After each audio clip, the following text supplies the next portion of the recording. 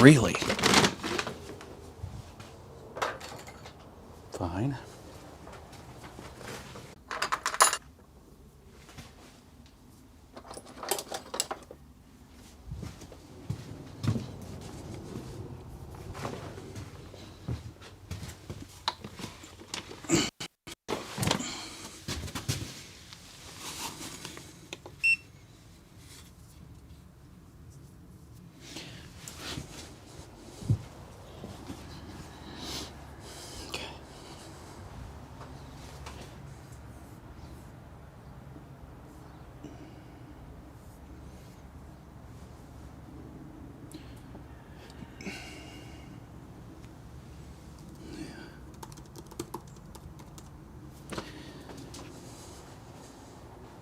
Good morning, everybody.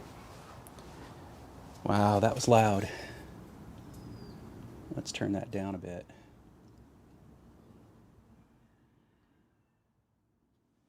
That should work. Yep. Random noise now is gone. Morning, Eric. It's the first time I'm using some of our professional tools.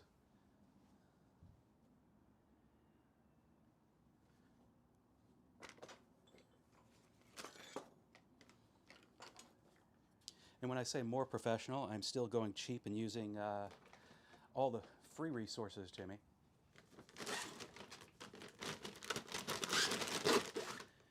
Which means there's pain. But it can be done.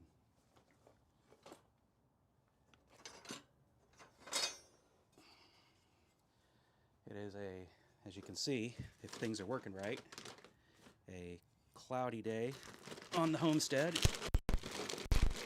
Foggy day.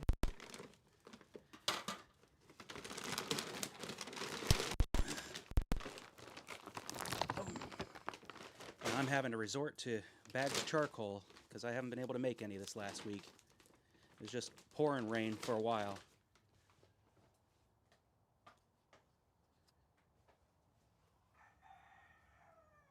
And what I'm really realizing is I need to make myself a blacksmith knife. Ah, there's the knife I was looking for.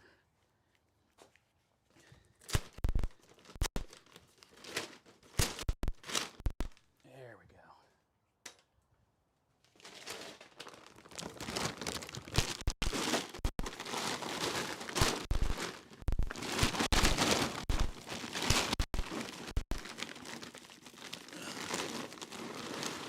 Wow.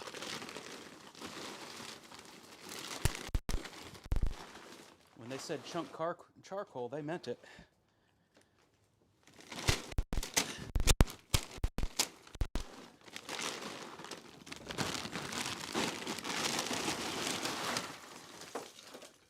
I'm sure that was the most exciting live stream anybody's ever had to hear in a while.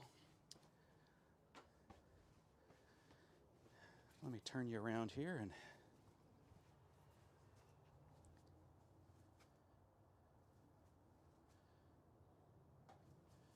bring you into the smithy.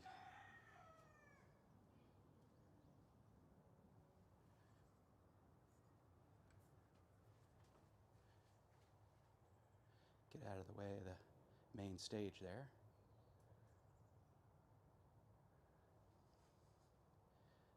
And now that I can actually see myself as I'm working,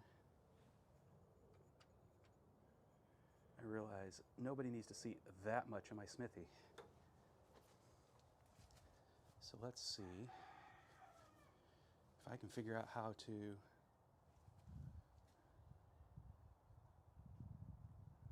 nope.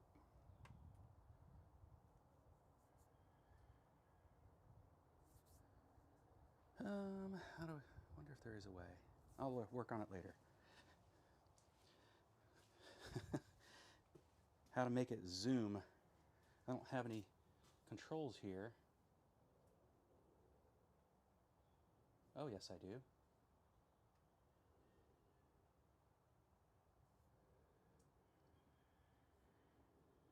Ah, look at that. Just takes a moment.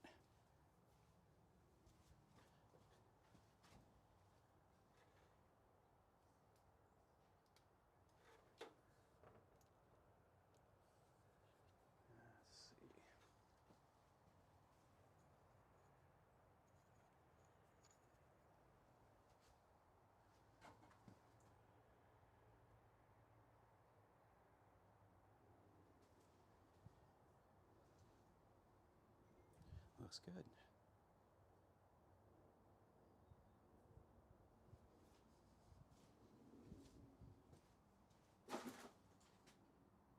Nobody wants to see my face anyway.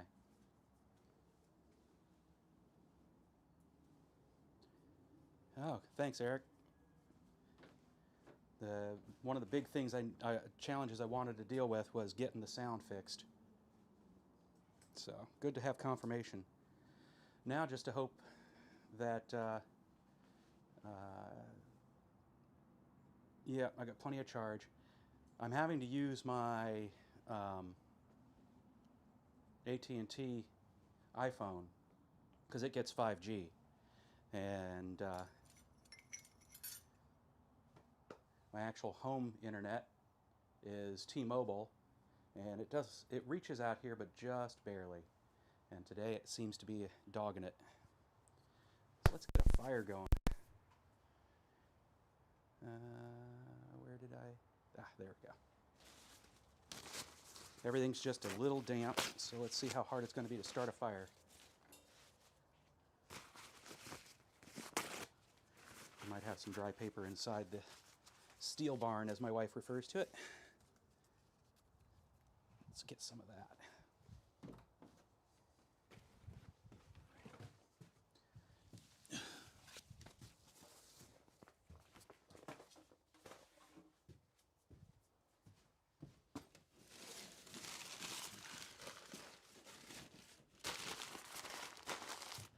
There we go, less damp.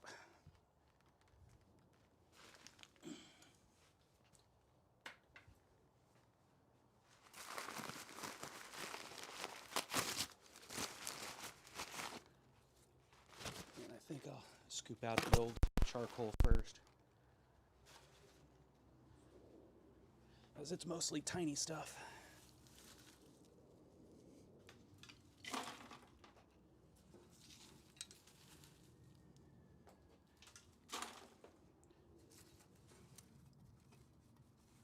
So I hope everybody's weekend is starting off good.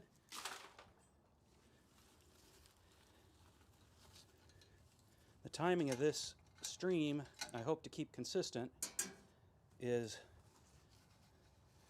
9 o'clock PST.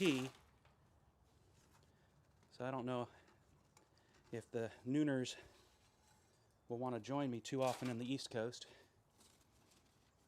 but all are welcome.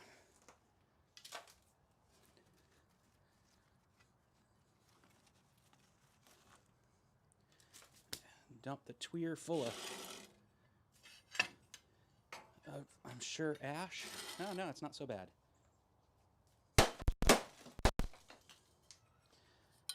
So this forge makes its own charcoal from the wood that I stack in there. If I've got dry wood, I do have some, but I have to go and find my hatchet and split some of it up. But anyway, it has what they refer to as a dial-a-tweer.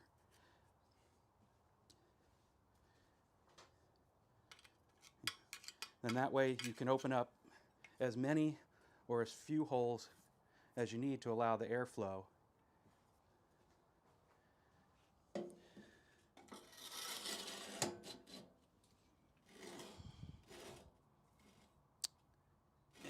Let's see.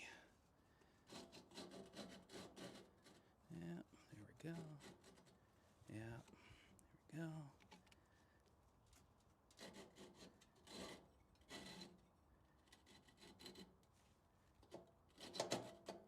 I think that'll do. Adjust my wall so I don't have so much wood falling back behind the area I plan on using. Today's project, thanks to Christina deciding she wanted to hang up a copper pot on our pot rack, is a new S-hook. In the meantime, I brought out all the old ones so that I can refashion them based on the design that I realized on a prior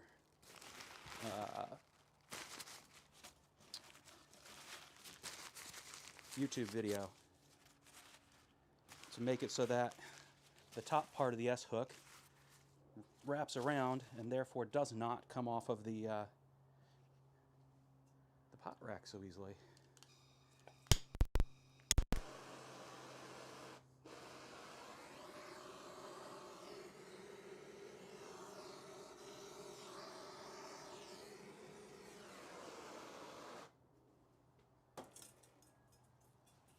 All right.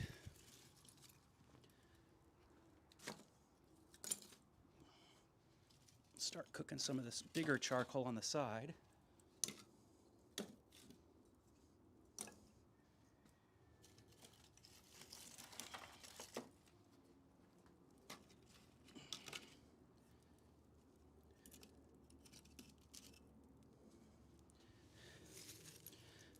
Throw some of the smaller stuff on top. Start giving it some air.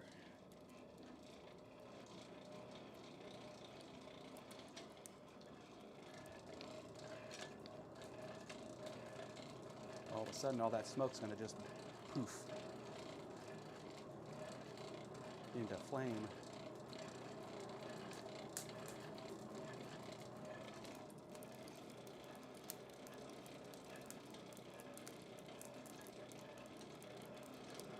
Got to cook out some steam from, again, all the moisture. The charcoal I left in there drew in moisture apparently. Plus, I put out the old fire with water. Convenient feature of this thing. I can do that.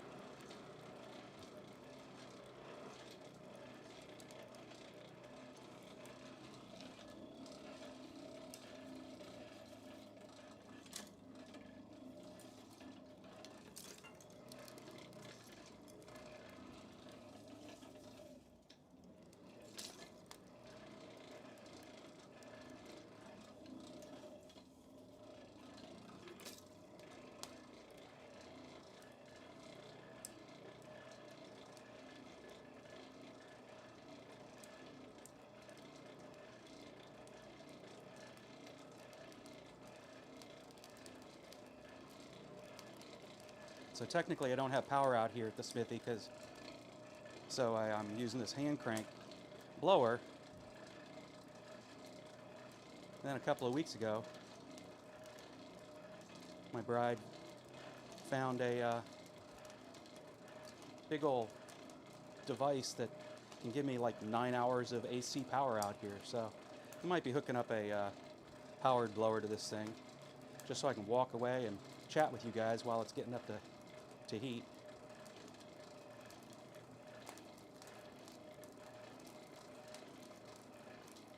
Meant to get out here about 30 minutes earlier to get this all set up. And then, typical of me, lost track of time.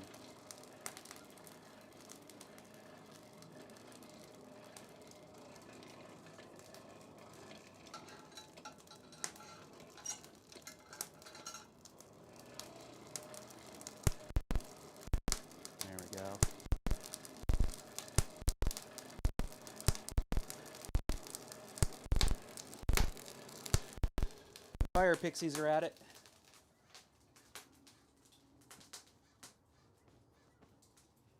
Good to know, Eric.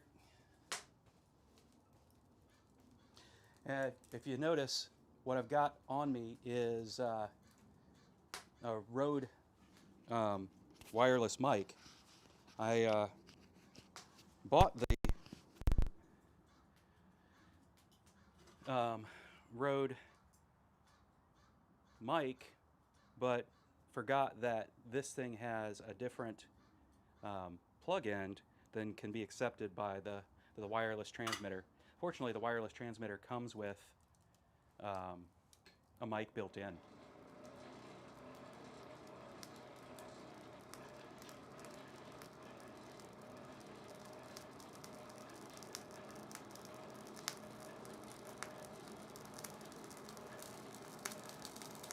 Ah, the pixies are mad now.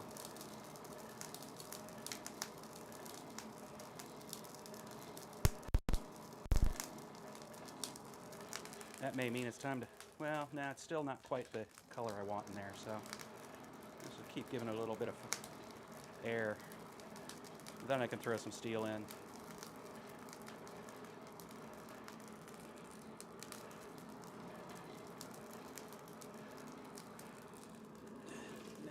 going good. Let's throw a couple more big chunks in there.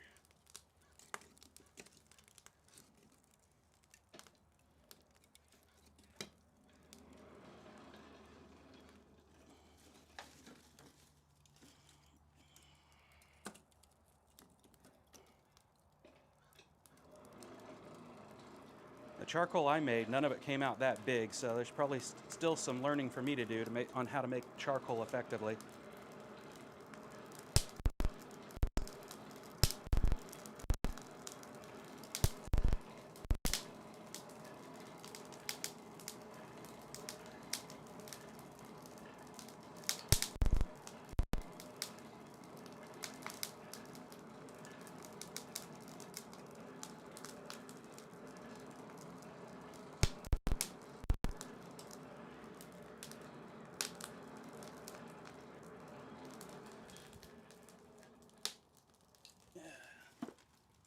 Let's move this over here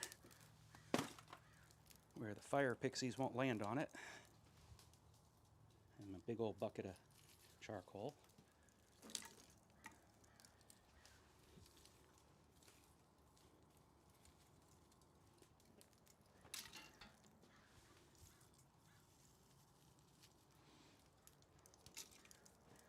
All right.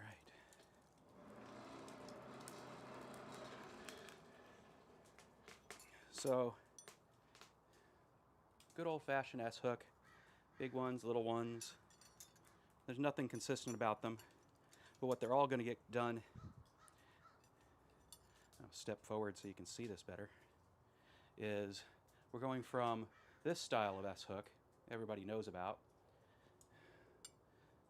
to this, which is to add a curlicue to the other half of it, so that when you put it on your rack, you go up, twist, slide down, twist the rest of the way, and now for short people who struggle with these things coming off from the top, that won't happen anymore. So we'll turn the rest of these into that. But first, she said she needs a new one. See what material I have. There we go. Got plenty.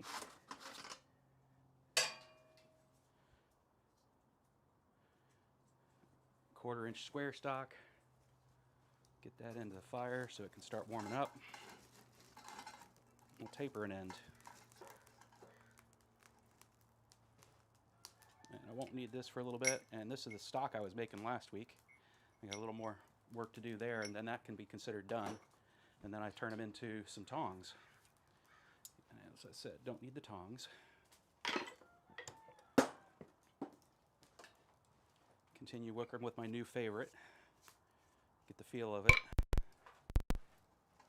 Hammer, that is.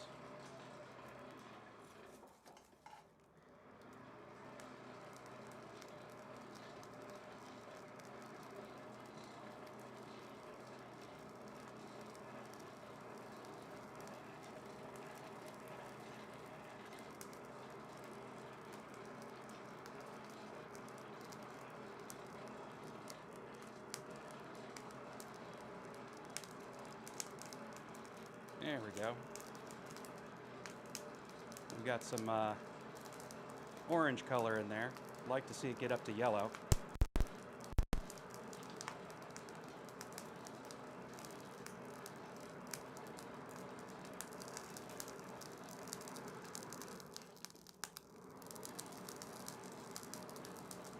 Oh, in case anybody's curious, if I have anybody besides Eric on here,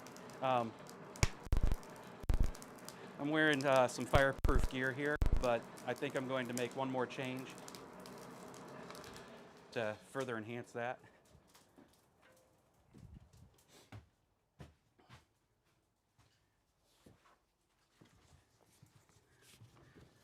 And grab the apron that my buddy Vince got me.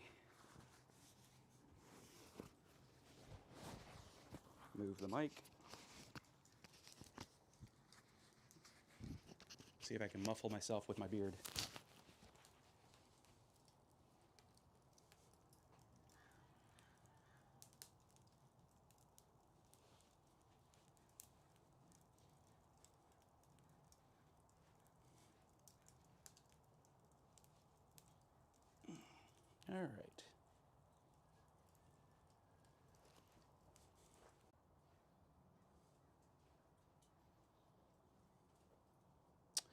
So yeah, it's the way I'm making my charcoal is the folks that make this forge is Whitlock's Forge. And I'm using a technique that they show on their YouTube where you tilt a barrel, 60 degrees. You make sure your barrel doesn't have any holes in it, or else you're just going to burn up your charcoal, which I've had that happen because I literally meant to have this as a burn bin for the boxes we received at the homestead. And so I have a hole in the bottom. And so what I'm ending up doing is turning it such that the hole lays on dirt. And then at that 60-degree mark, you set your fire up in there. It creates a smoke shelf, and you can just start feeding wood into it. And it'll cook. Some of it will burn, obviously, but it'll cook and start turning into charcoal and fall to the bottom of the bin.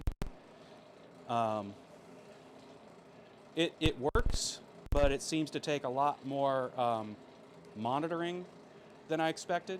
I've seen another one where fella just feeds in wood from the top, having started a good fire in the bottom, feeds wood in from the top and leaves it upright. But again, I believe there's no hole in the bottom of the barrel. So the first thing I might have to do is patch my barrel.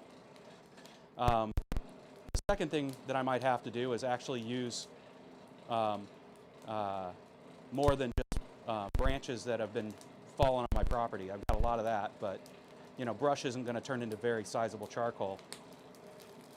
And I'm just going to have to play with it a bit. All right, now I'm seeing where my fire is today.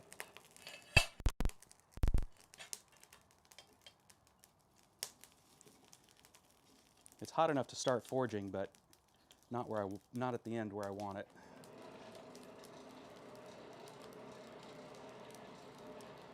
But it resulted in a lot of small stuff. It also is the fact that I was using it as a burn barrel at the same time.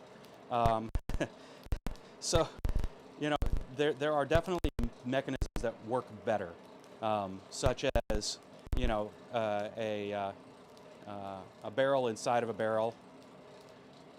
That would definitely work better.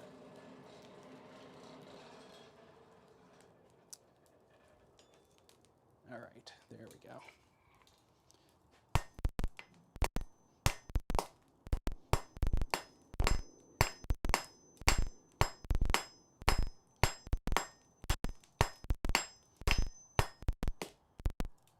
Getting it off there.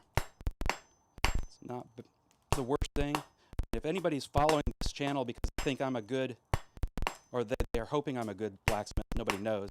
That is not the case. I'm a software engineer by trade.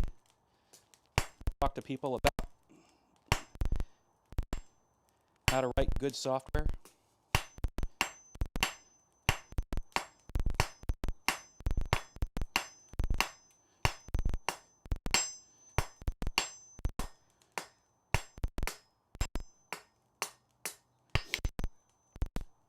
But I fell in love with blacksmithing because of friends in the Ren reenactment arena who were busy beating each other up with real swords and wearing real armor.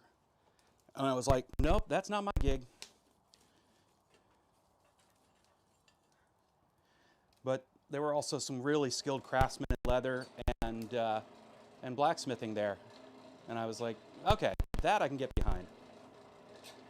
And so I was their bellows monkey for the longest time, so I'm really good at turning a crank or whatnot. And then I decided, okay, I've watched long enough, I think I can actually start trying my hand at it.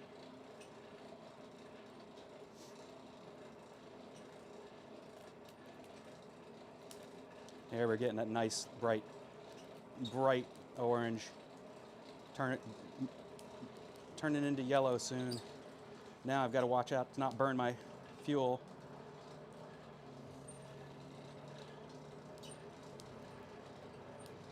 I mean, burn my metal.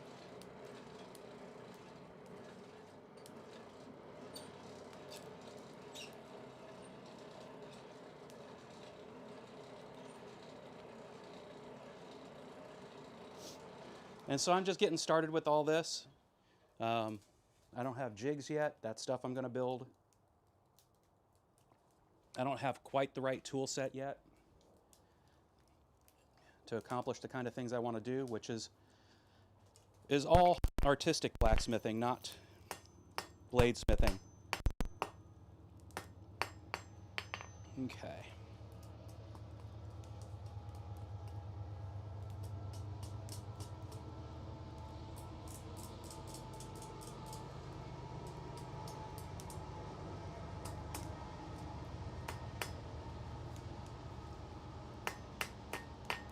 It's wanting a twist on me. There we go. I'm afraid to put too much heat into it. I don't want to burn off the tip, obviously, as I scroll it.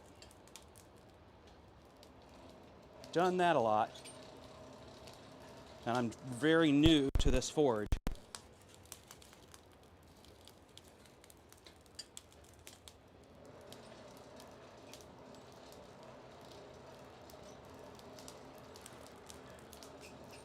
I think this is my third session in this forge.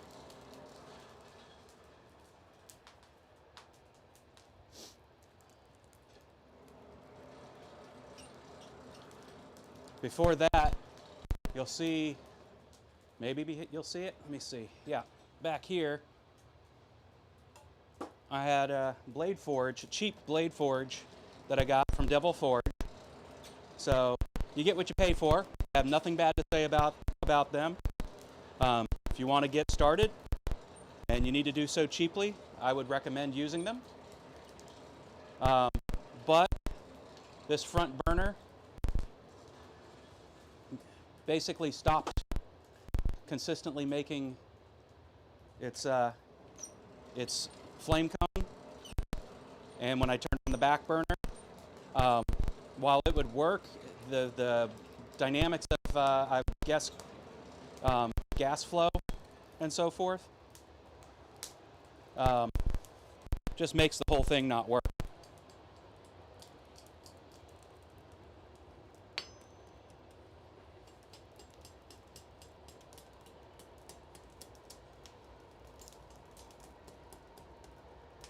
Yeah, it's a nice little curly Q. Let's see. Yeah. Get that in the right view there. Nice little curly Q. Gotta always go back to my reference because I don't do these often enough. But yeah, that's what I thought. The next step is to curl away from it. We'll go ahead and quench off that tip. Well, I'll just watch where it's heating, and I'll just try to not heat up the tip. But if I have to, I'll quench off the tip before I roll it around. And that'll be half of the S done. Then I'll warm it up, give it a twist, and then work on cutting off and making the other half of the S. Actually, I might not bother with the twist until I get the other half of the S done. Yeah, I think that's the better way to go. More sure to get the twist in the center that way.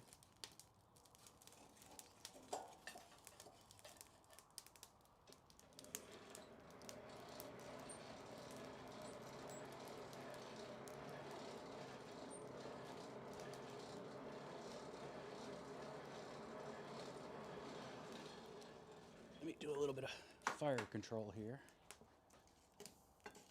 If anybody's ever curious to see the fire rather than the surface of the anvil, let me know.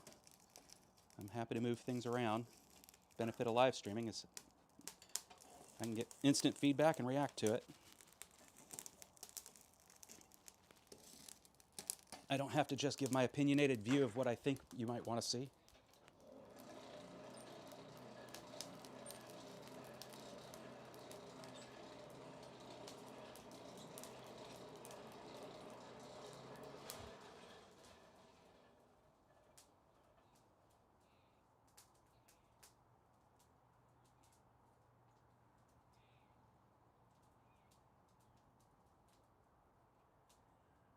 Yeah, that's what I've seen too. Is building a fire up around the barrel rather than having to do a barrel inside a barrel. Um, yeah, I don't know what the most efficient way to do it is, but part of my personality is to try to find the most efficient way to do something, and obviously that means oftentimes I lose an efficiency in wasted time doing my research and so forth when I could actually just be making something.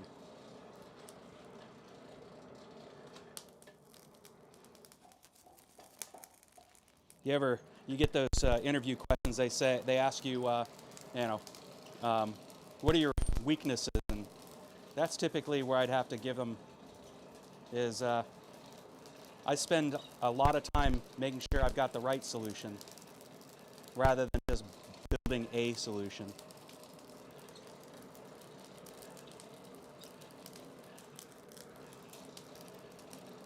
Oh, those are some mad pixies. Getting nice and hot in there, though. Let's get the metal down where it is hot.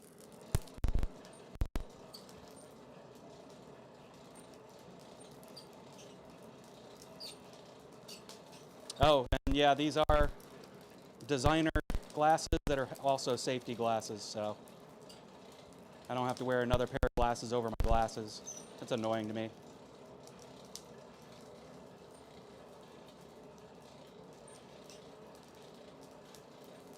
Of course, the day that I end up with something hot in my eye will change my mind.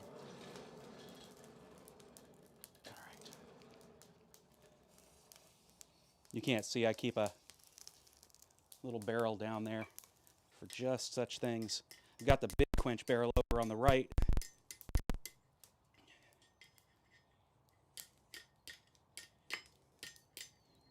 Come on.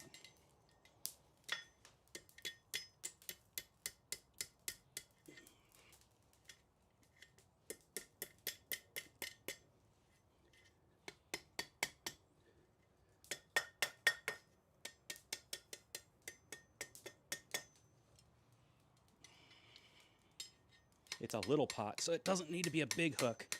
It does need to be a long hook. I don't need to straighten it out, but I don't like the way it curved, and so I'll do a little bit of more work around that before I move on. Tighten it up a little bit. Make it a more smooth looking curve.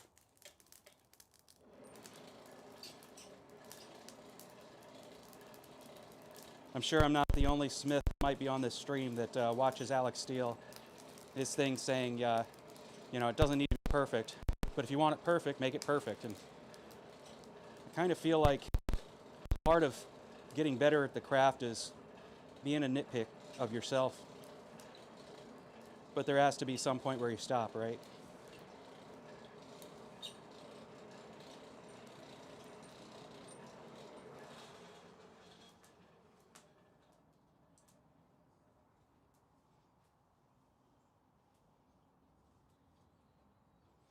That's true. That's true. The biggest problem I have with trying to do it in that manner is we have so much rain here that I don't know if I can ever have a dry enough area to burn with. So trying to do the tipped over method felt like it might be a solution to that. I'm still thinking that might not be it either. It may be more likely that I do the tipped over method under the cover of something like the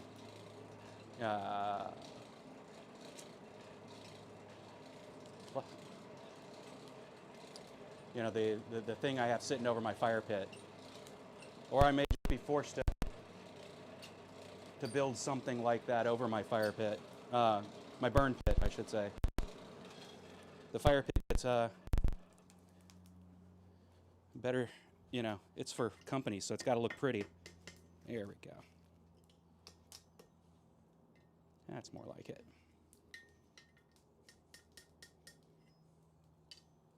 I like that. She might not, so we'll see. That could be the side that becomes the curly Q. But that's more the shape I want. More smooth. It's not perfect, but it'll do. All right, so now to estimate how much do I need. Two and a half. So I think I need it to be that long, and then I need 1, 2 and a half.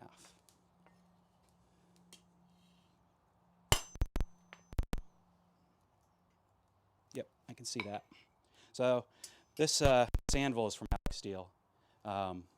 And the way he dresses his anvils is really just super smart. He's got good radiuses for, you know, little over half of it, and then the other half he leaves sharp.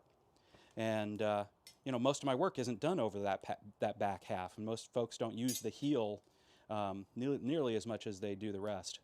But the sharp edges means that now I've got the ability to just put a quick mark in there for where I'll cut it off and start tapering out. But now I need a cutoff tool. And that's right. We still have to switch back over to this anvil because I haven't made a new cutoff hardy tool for my big anvil, which is also new to the shop. I bought it, and about the time I bought it, the anvil that is, the other forge gave up the ghost. So I got to use the anvil a couple of times and had this jackhammer bit that I had started working the end on to fit that hardy hole. It's about the right size now, so that I can then start making a cutoff hardy.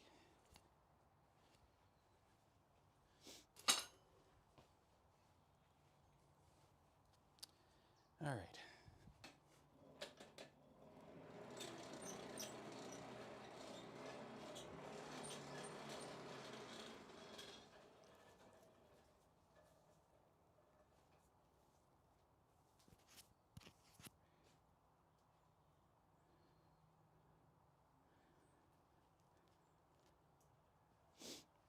Yeah, I actually really love it here.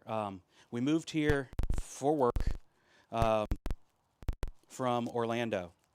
So I've got a bunch of East Coast friends down there that can drop on here from time to time. Actually, one of them is named Eric. I don't think he's that Eric because I don't think he's moved. And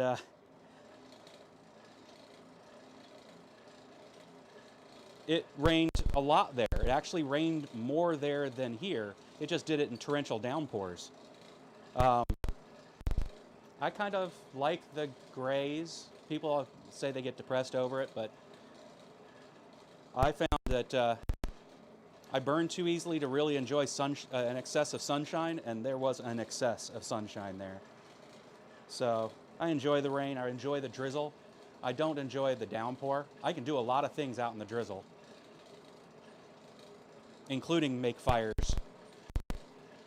So it also means that things grow so easily here, as long as we're not going through a drought. I've got several fruit trees, including one huge, beautiful walnut that now has I've got a little sapling of a walnut growing that I've got to remove. I got to move to another spot in the yard so that it can not have to compete with the other ones, the other trees in the yard. And I didn't have to do anything to make that happen. So in Florida, it was always a pain to get anything to stay alive for me. And there were not enough trees, in my opinion. Here I am using my material as a fire management tool. That's not the way to go.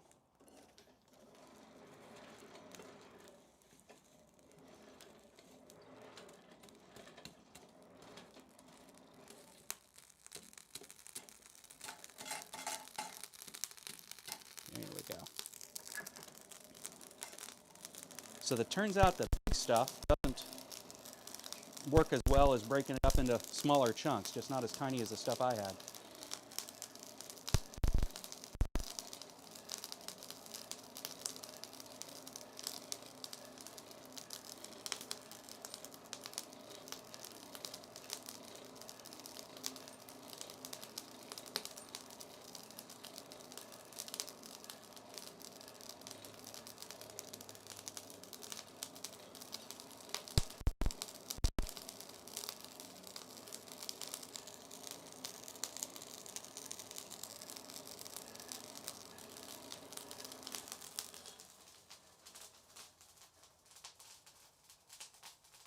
Yeah, I hear that Portland actually gets more rain than we do in Seattle, but you don't hear everybody complaining about that as much as, um, as reasons to not go live there. I'm fine with people not thinking they don't want to live here.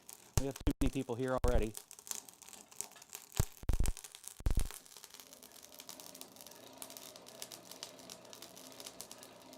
Nothing against people, but everything against traffic, man.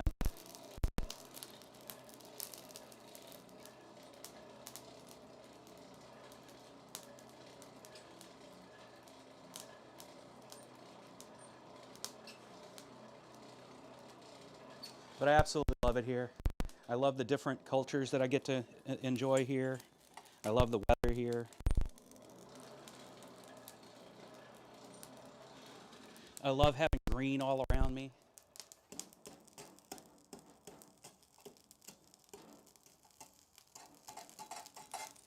Oop. Getting close.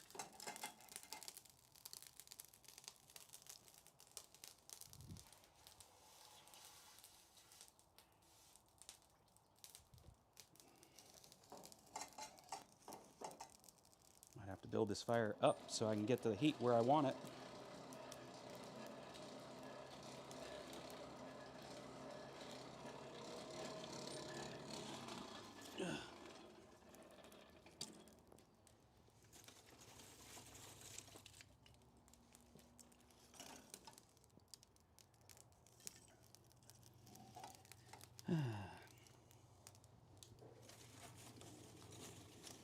I always have to remind myself that the first rule of blacksmithing is all metal is hot.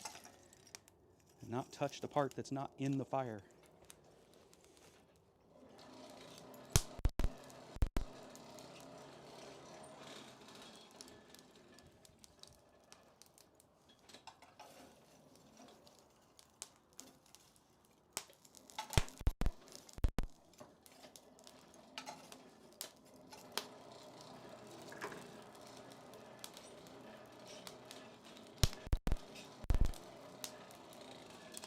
Throw some more in the back.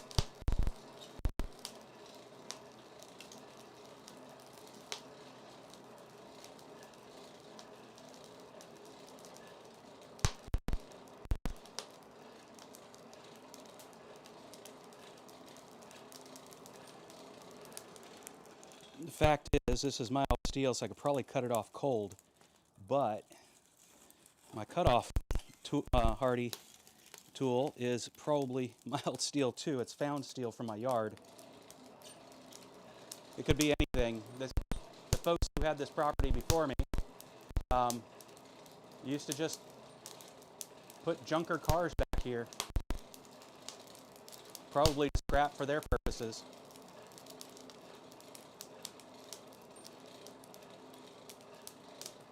I don't do that only because if I really need scrap off of the cars, the scrap yard is a mile down the road.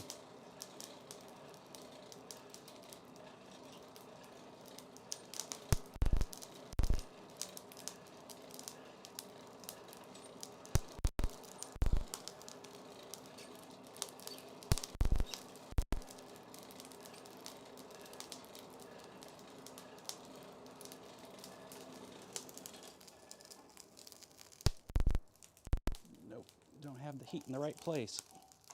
Let's go over the wall. There we go.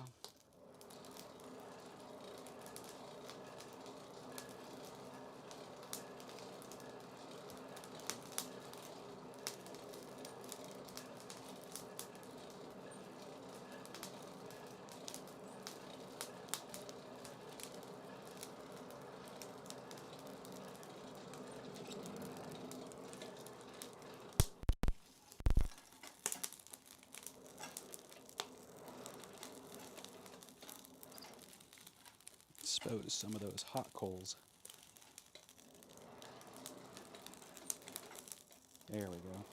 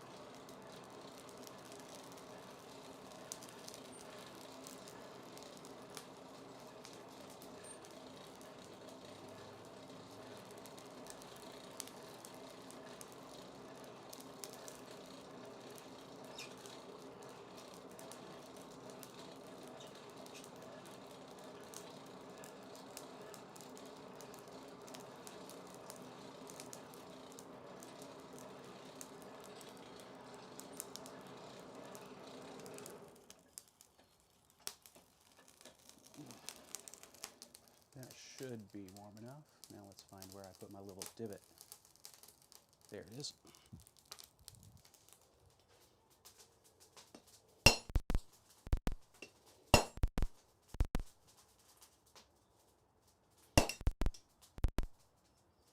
Yeah, this tool is about done.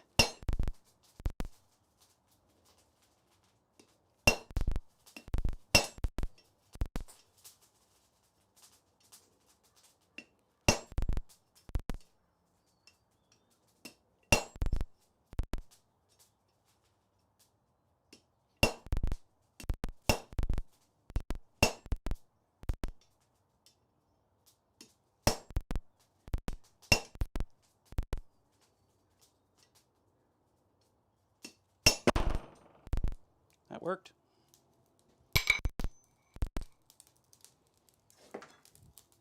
Now I need tongs.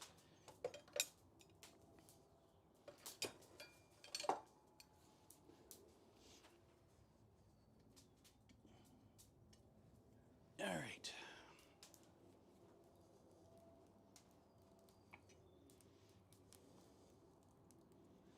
Nope, don't need to worry about a burr, I don't think.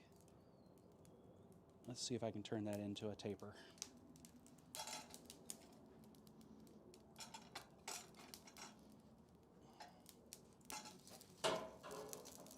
Now we're starting to get the coals I wanted. Probably should throw some more on so it's making them ready for me.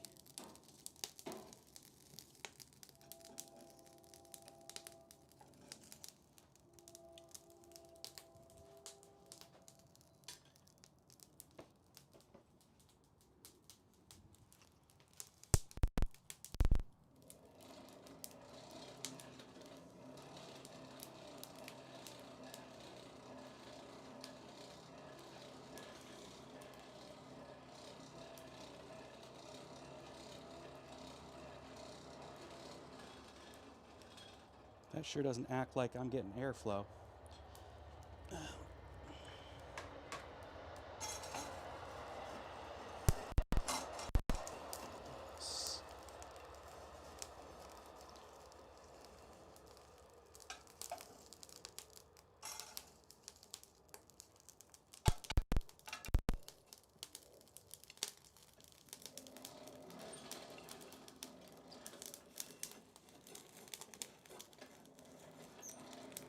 There we go.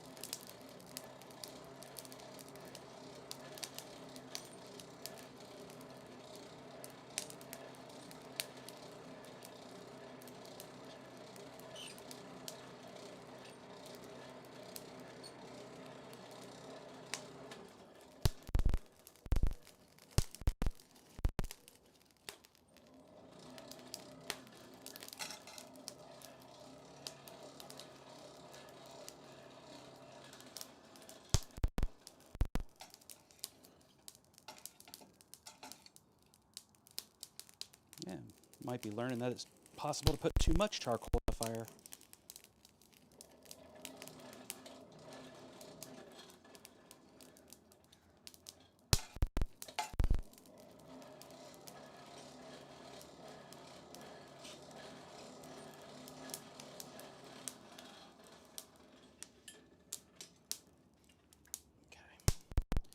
Well, let's pull this out and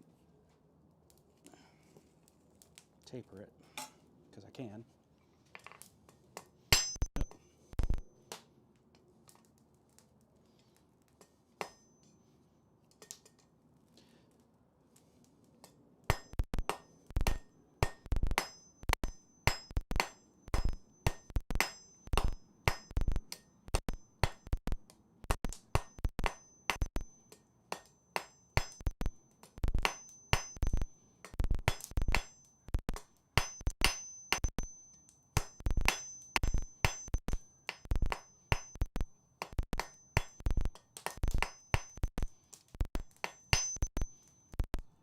Pretty good.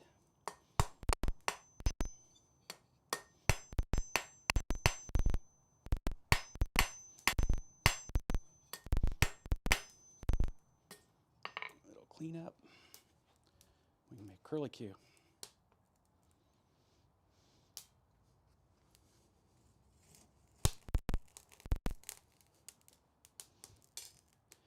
Now, I got to see if my brain can work out the geometry to make sure I curlicue it in the right direction.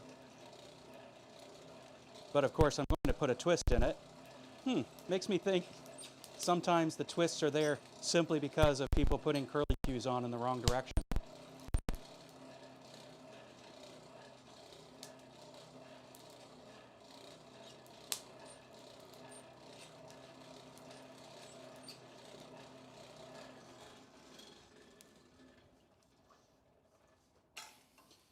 That's right, let's pull it back out of there because I need to figure out why I'm not getting airflow.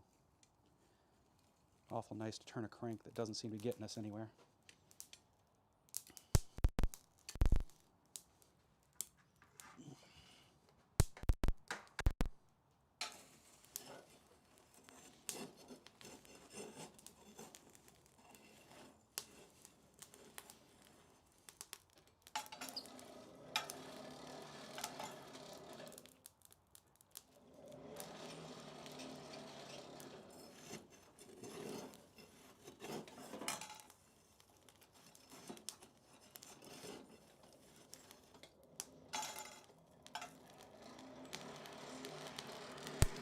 There we go. I also think I'm going to go ahead and grab my clip. There we go. So I don't have to work so hard. I saw Roy make one of these with the leaves on it, and I was like, oh, hell. That's right up my alley as to kind of things I like to say I want to make. So I did. Sorry, in case there's anybody here who doesn't know who Roy is, which would be a shock to me. Christ-Centered Ironworks. Christ-Centered, yeah, Christ-Centered, shit. Well, that's the end of those tongs. That's awesome. So, railroad spike tongs. And apparently I had a stress riser there. Doesn't surprise me any, because of the fact that it involves forging in and the head of the thing and possibly creating a cold shut in there. That's the end of those tongs. That's the first pair I made. I'll need to make another one now. I was planning on making box jaw tongs, probably still will, but now I know it'll be box jaw tongs to replace my flat jaw tongs. Now I got to decide what to do with this metal because I'm not just going to throw it away. I think the reins can be turned into, I don't know, S-hooks. But the reason I made those is the store-bought ones I got, The jaw is just not useful for this kind of work. It's too floppy for what I need to do, I think. Let's see. Now I can make that work.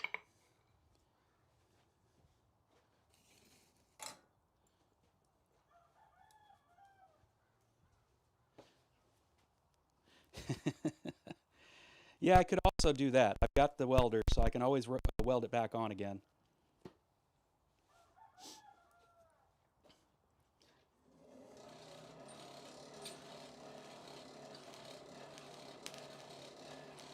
Very few things I have are forever scrap.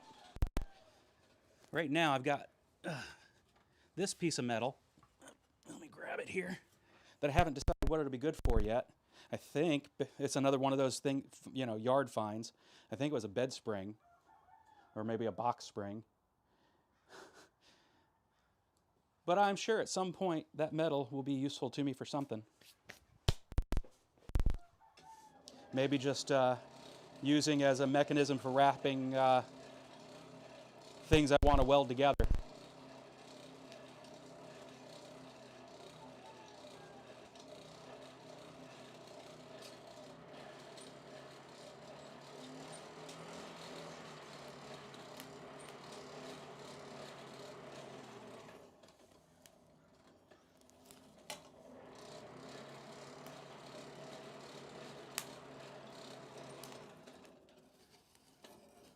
There we go.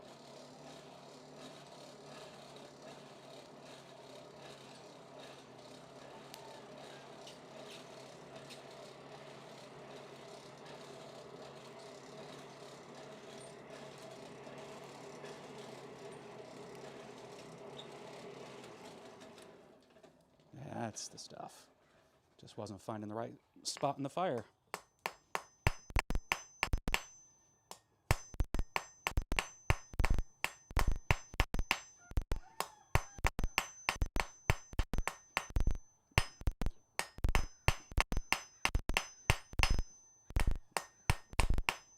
Just lengthening my taper a little bit.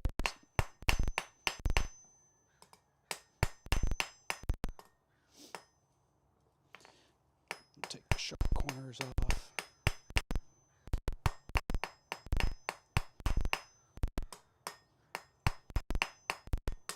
And now I can scroll it. Got a nice central? Yeah.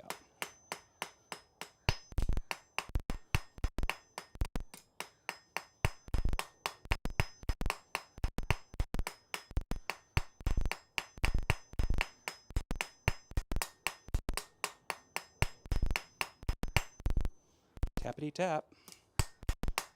Working with little stuff, there's no reason to swing hard, right?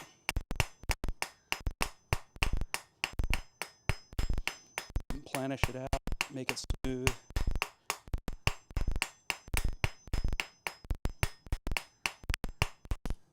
Almost round.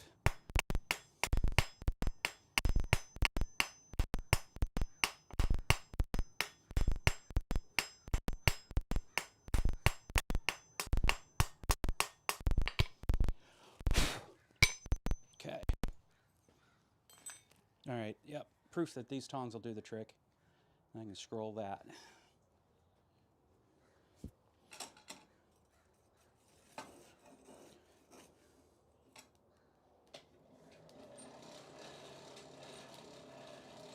Now, it has to curve away, which means it needs to scroll towards the other one. Yep, okay, I think I've got it.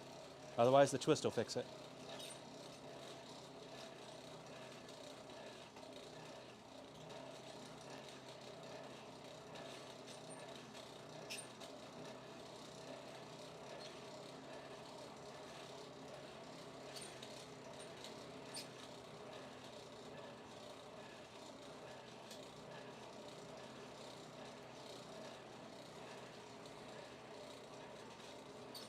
So, on top of the orchard of various fruit trees, apples, pears, I even got a peach now, which I didn't even know peaches could be grown here.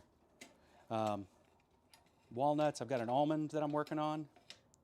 I also have chickens. for egg purposes. And I said towards it. There we go.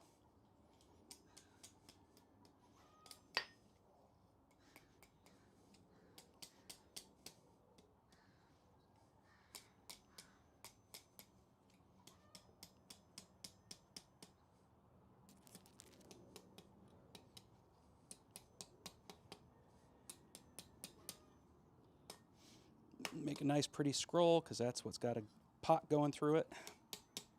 Pot handle. That's the neighbor's rooster.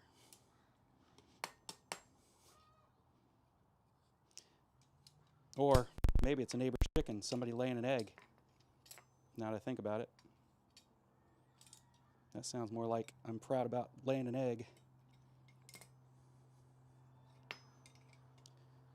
All sorts of things that I'm learning about chickens for the first time.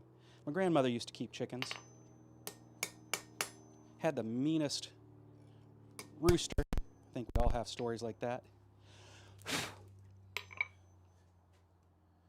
I've got a really pretty rooster that a neighbor threw over the fence. Just one day it showed up. We didn't know where it came from.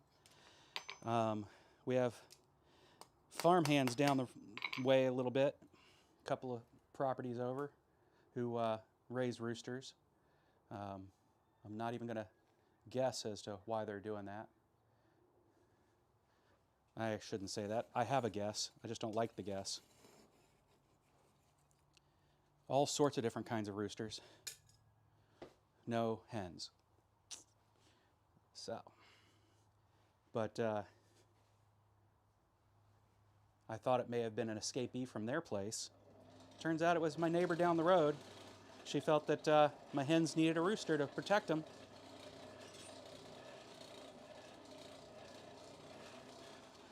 He doesn't do that great a job of it. We had a coyote problem. I've since, if you were on earlier and saw it, I've since made sure that there's a, instead of having the full range of the acreage, the hens and the rooster now are in a greenhouse with a run attached to it, fenced up so that they get some ability to get around, but more than most, but not as much as they had. At least until we know for sure that the coyote problem is resolved. They've moved on or something. It was a sad day when I saw a coyote get 3 of my chickens. Actually, it was 2 coyotes, an adult and a juvenile.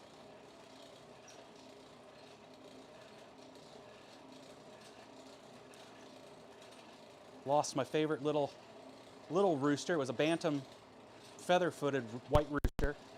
We used to call him Huey because when he was around all the other chicks that we had gotten this past spring, he looked like baby Huey. He was a little bit bigger than everybody else, probably just because of the age that he came to us.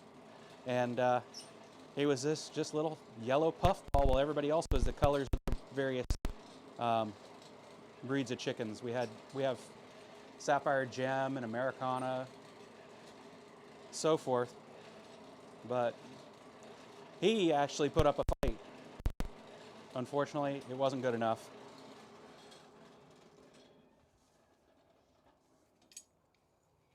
Oh, I did it. I know this is not a proud moment for most people, but for me, the fact that I made a sparkler in this forge is proud. Now I got to let it cool off because I didn't heat up the right part. But anybody who knows that making a sparkler is almost proof that you can forge weld with the thing. I didn't burn the metal too much, and so we're okay. And that's the first one I've made in here. Where's my brush? Let's go ahead. Let's see if we can knock off the rest of this forge scale that I created.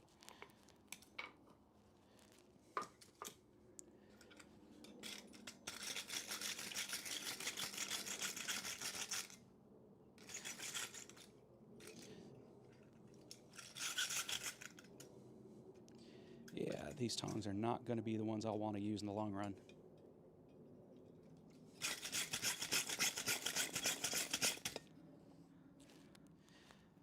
Try to take off a layer of my thumb while I'm at it.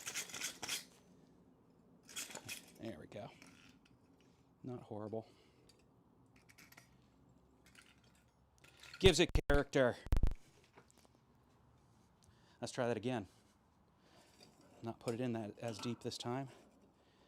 And pay more attention, because clearly it can get up to sparkler, and I don't want to burn off that beautiful curl I made this time. That curly Q is prettier than the first one. Means I'll probably hide the first one as the one that becomes the full-on curl around. Oh no. What in the world is my camera doing? Let's see if we can reset that. No, that's not what I want. That's what I want. Oh, you silly camera.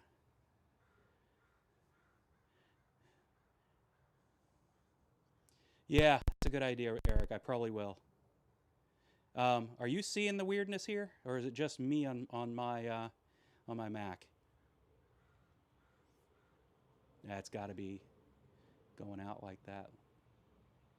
What in the world is it doing?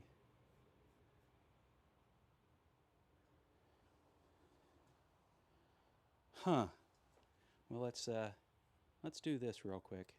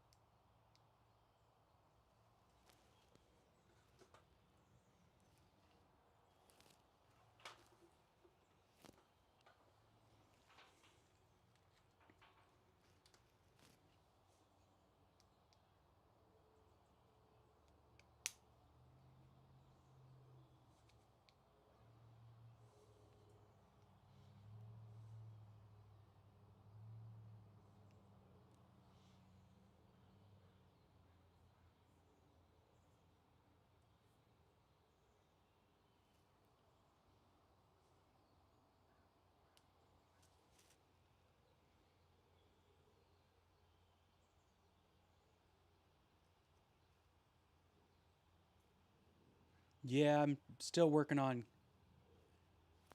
figuring out why the camera has glitched.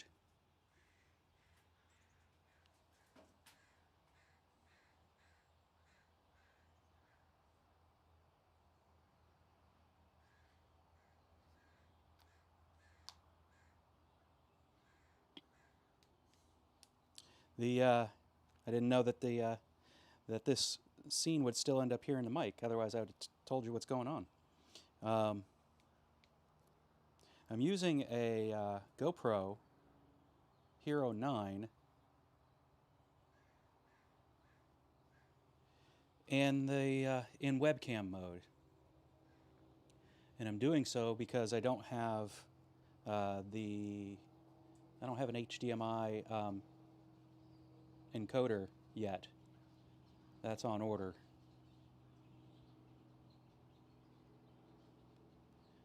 But as a result, this thing has now decided it's just not going to work.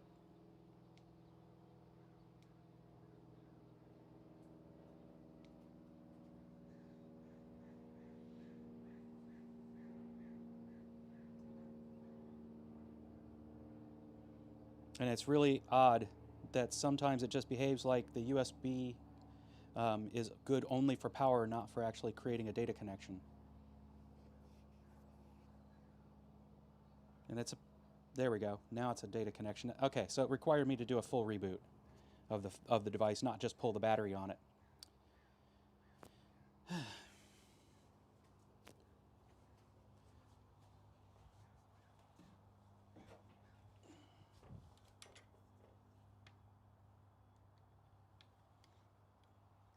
I'll have the video back here in a minute, no more than about a minute and a half.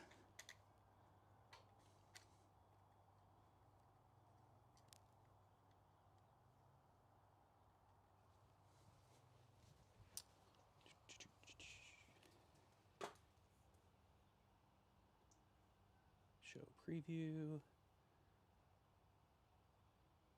Good, good.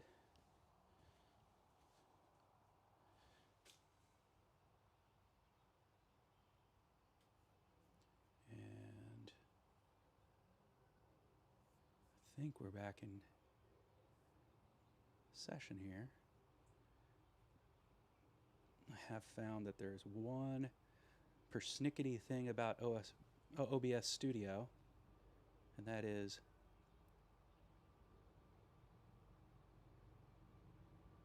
go here real quick. Oh, it still doesn't think it's a webcam. Why not? Show preview.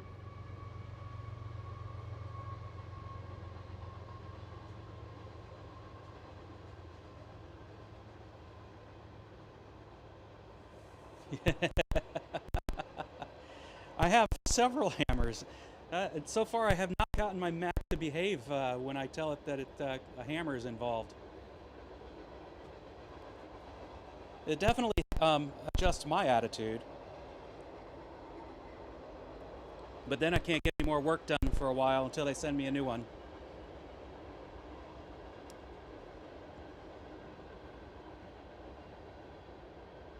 What the heck? Scarred.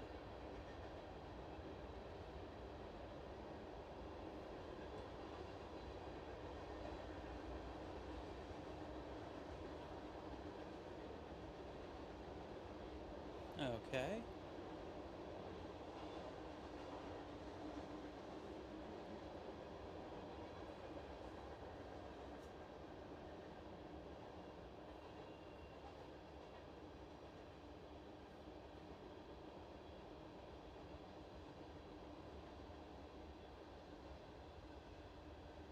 Well, it just does not want to use the GoPro webcam at all.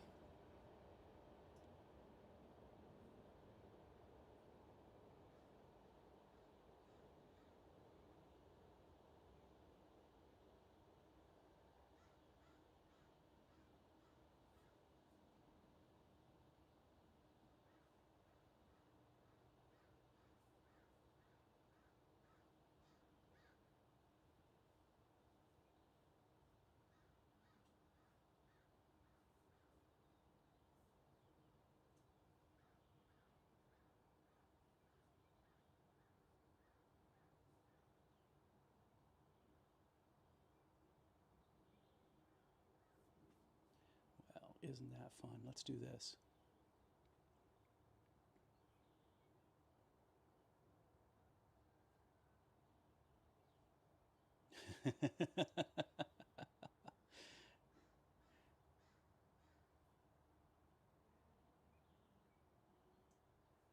Let's force it into 720 mode and see if that makes a difference.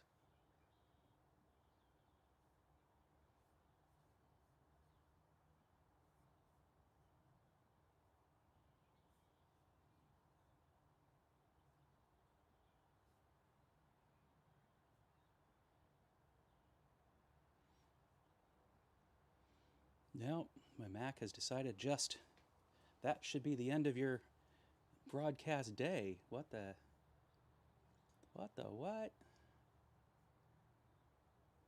Yeah, I don't think that I don't think that's unique to you, or because I'm the person everybody comes to when there are computer problems, and yet I will admit there are days where I don't know how in the world I ended up making computers my career choice.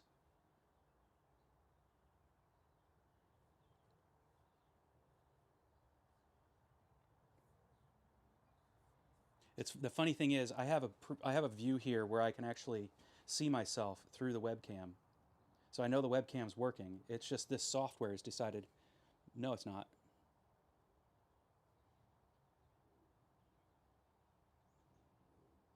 Audio, media source, video capture device.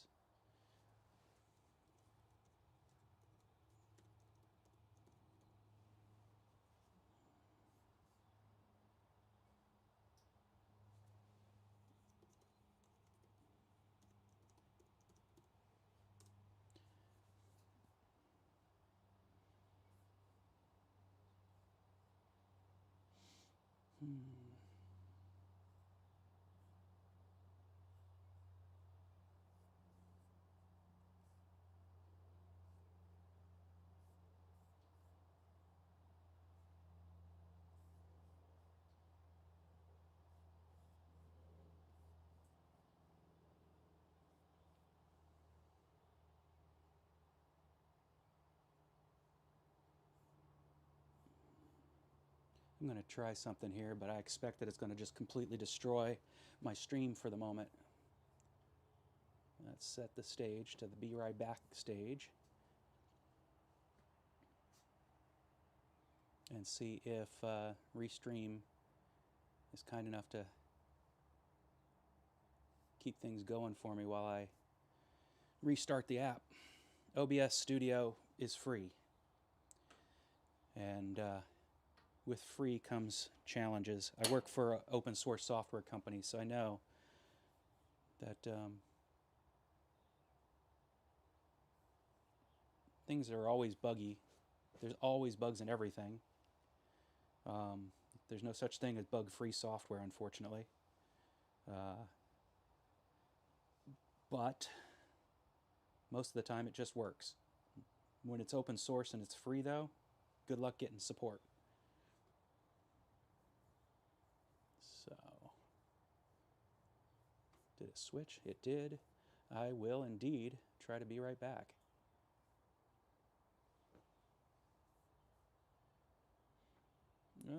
It says.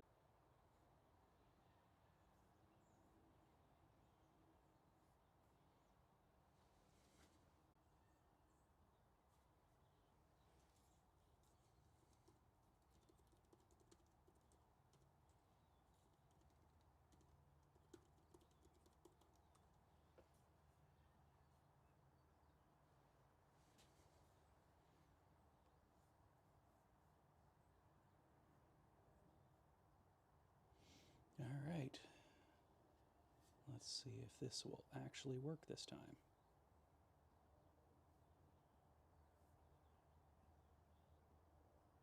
Yes, it brought it back. Yes, we're back in action.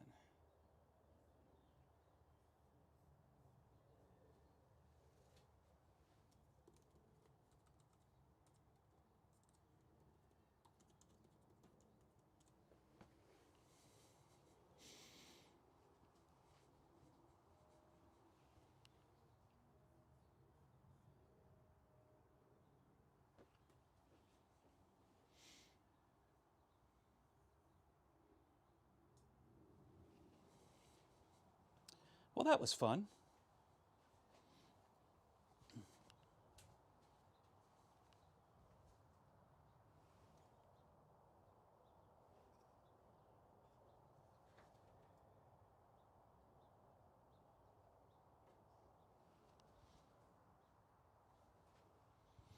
Let's get the fire back to going again.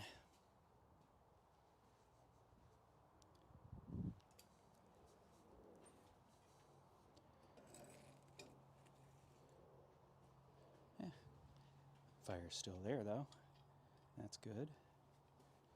But I do agree, we're going to go ahead and get these jaws closed up.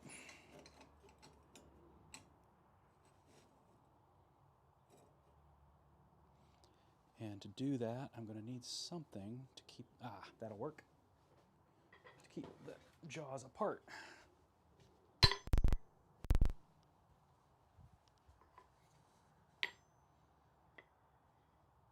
Yeah, that should do.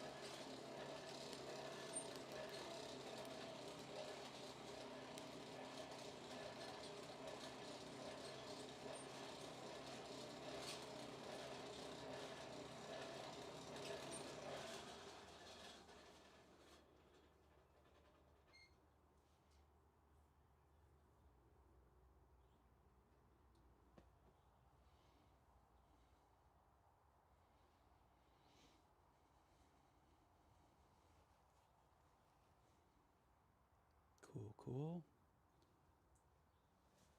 Go over here to...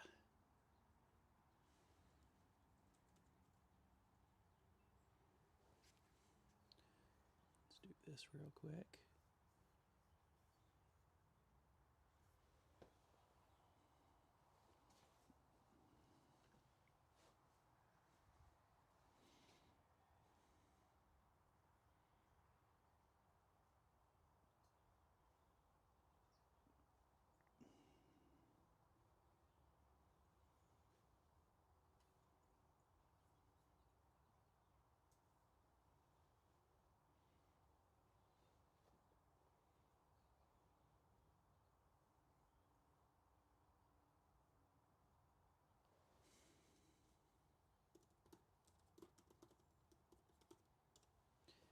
Back in action. All right. And for some reason, my chat isn't working.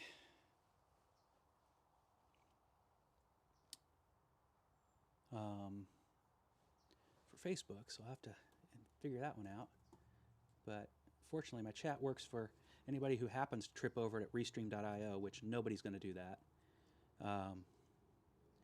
And YouTube and Twitch. So, good stuff there.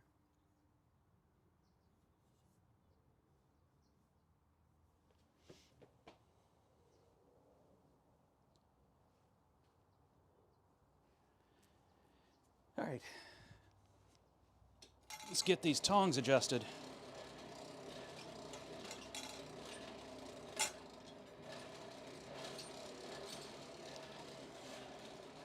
Part of that will be just getting the fire back to the point where it wants to actually make bendable. Yeah.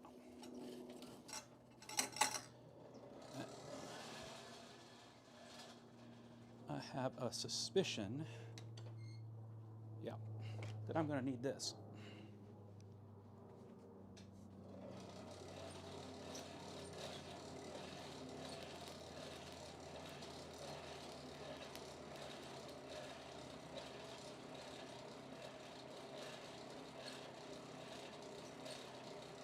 There's the color I'm looking for.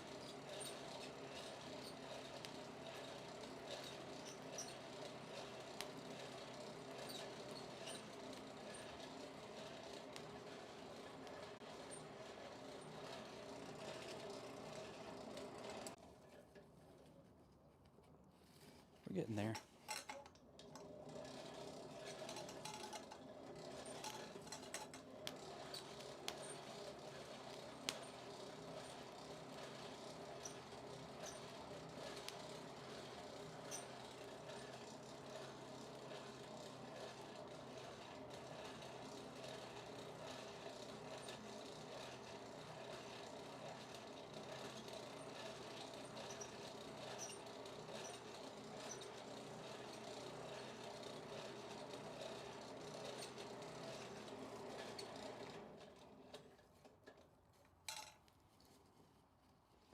There we go, there's one side. Let's get the other side.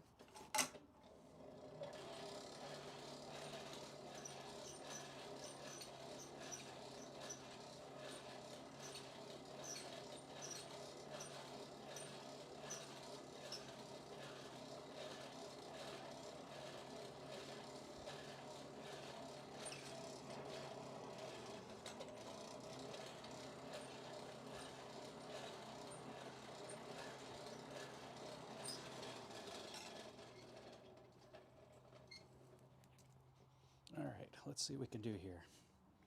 Use this as a spacer. And tappity tap.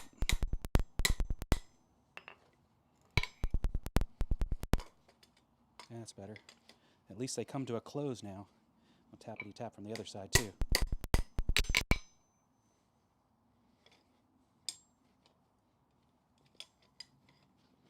Give it a little more tappity tap.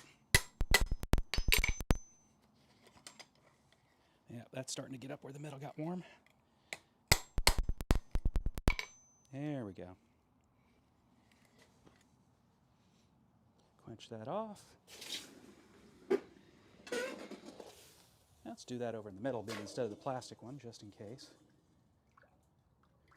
Less likely to spring a leak.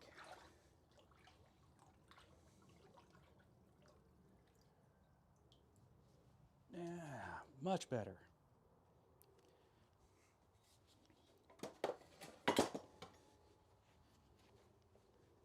All right, back into the forge with the S-hook. Oh yeah. All right, let's try not to burn up the tip.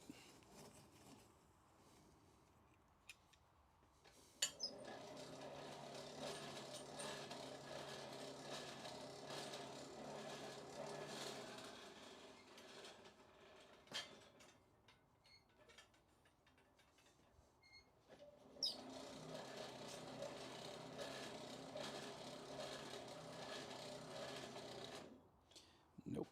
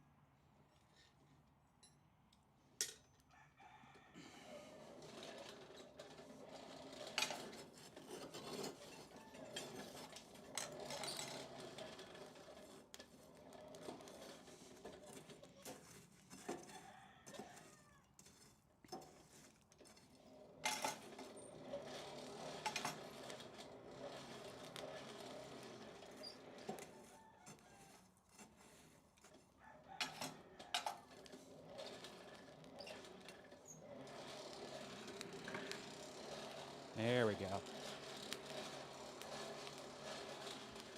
Now we're cooking with fire.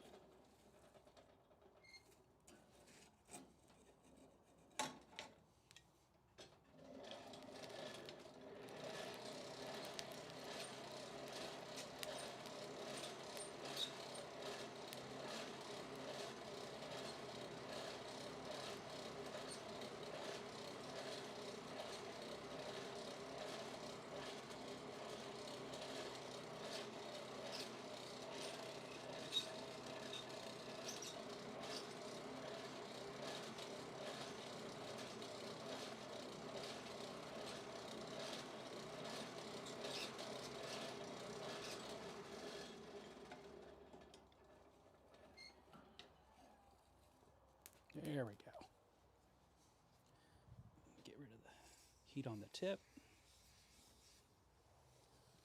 And start bending it around.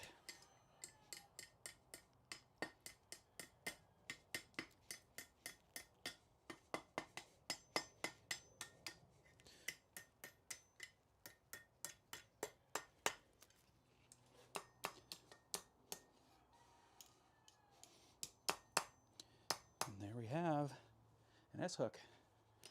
Bring it around just a little more.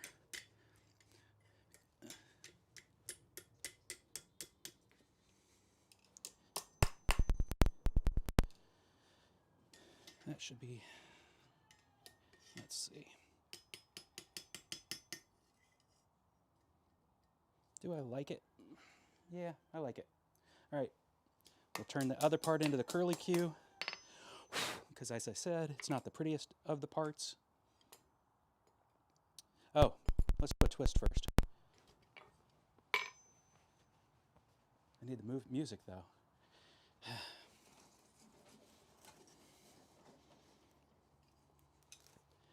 Let's do the twist like we did last summer.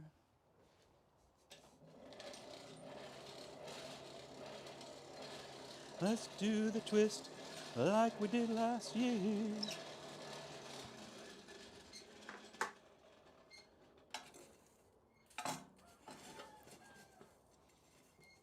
There we go.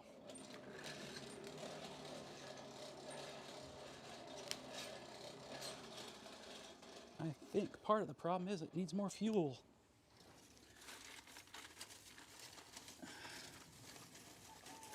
I cannot do it, Captain. The lithium crystals have burnt out.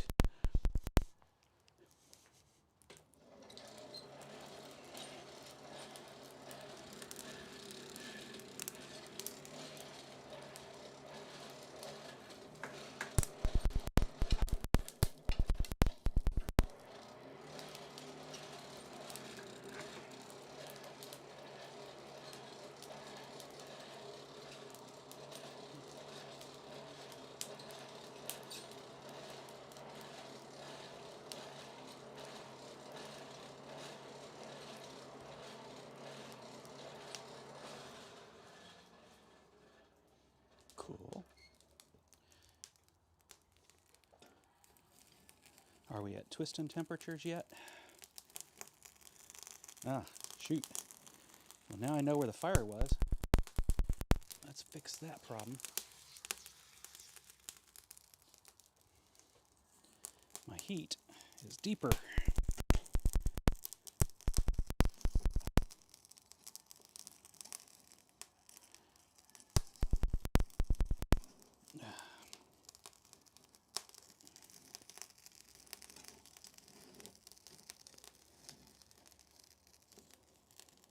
As I've said earlier, this is a relatively new forge to me.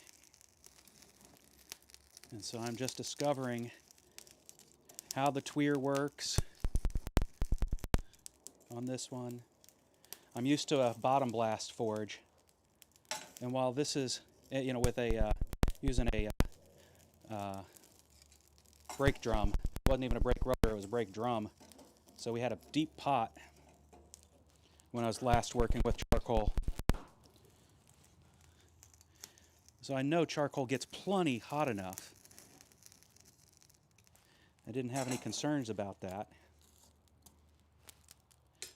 for forge welding, for making sparklers.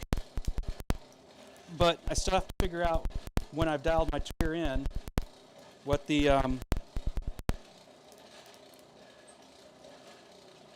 where the hot spots are, etc., so I can leverage that heat accordingly.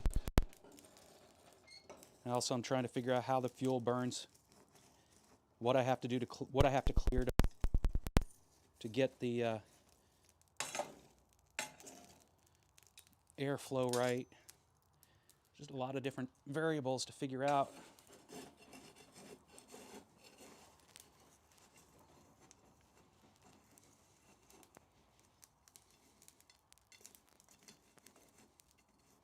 Bed that down in there a little bit.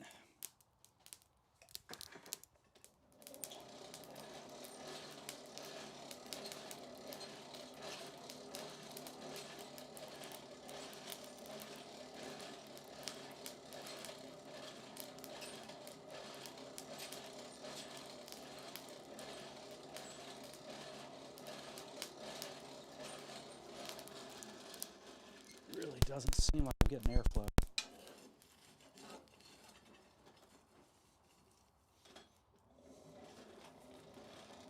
There we go.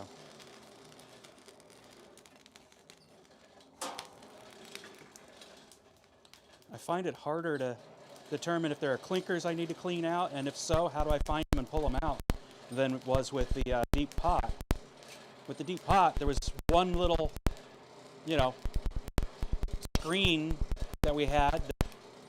The pipe, to stuff the charcoal wouldn't fall into the tweer, and it was just a matter of keeping that cleaned and occasionally pulling out a lump of something.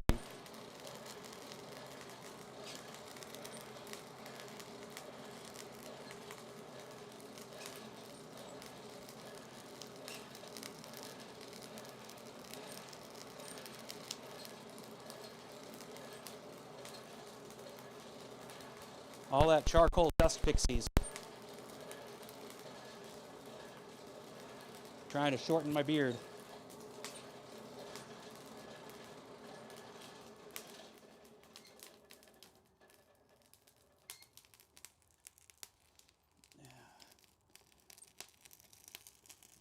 Okay. Need a more even heat than that. Keep it going.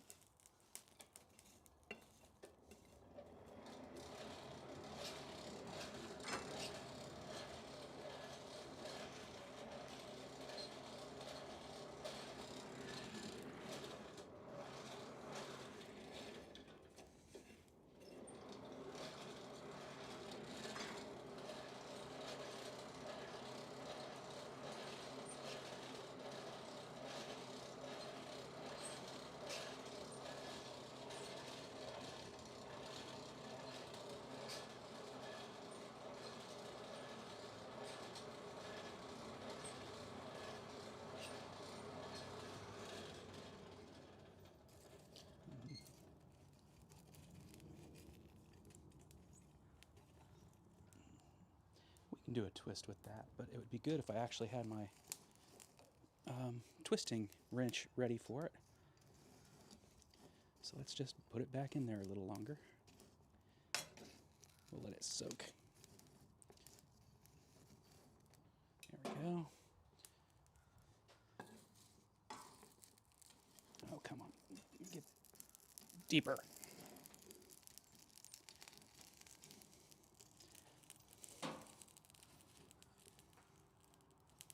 Deeper.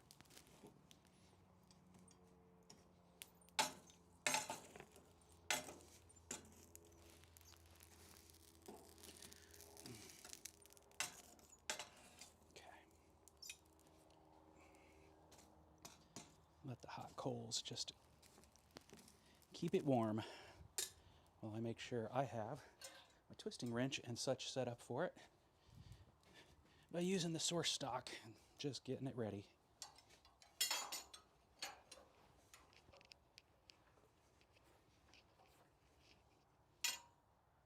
Okay, that's the right. I turn it off a little bit, gives me room to work. And this. There we go. Now we're ready.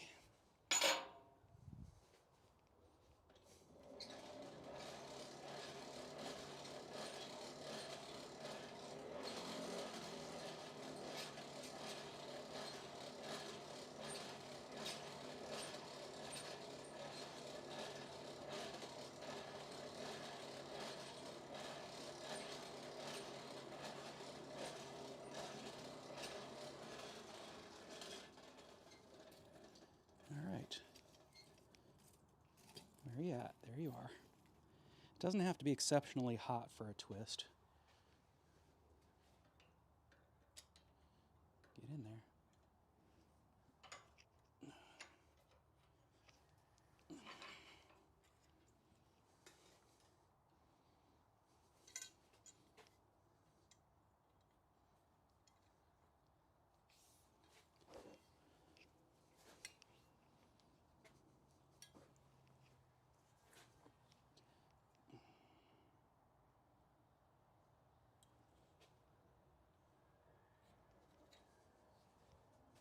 Looks good.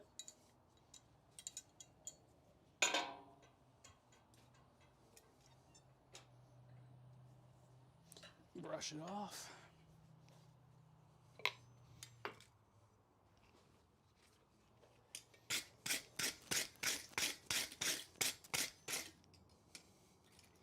Ugly twist because I didn't have a good even heat this time. And I'm not going to untwist it. That's not a thing. That's actually not the worst. It's not the ugliest twist. It's just not what I expected. It actually is symmetrical. So that's interesting. Just means that I had a lot more heat in the center of this thing than I had at the curly parts.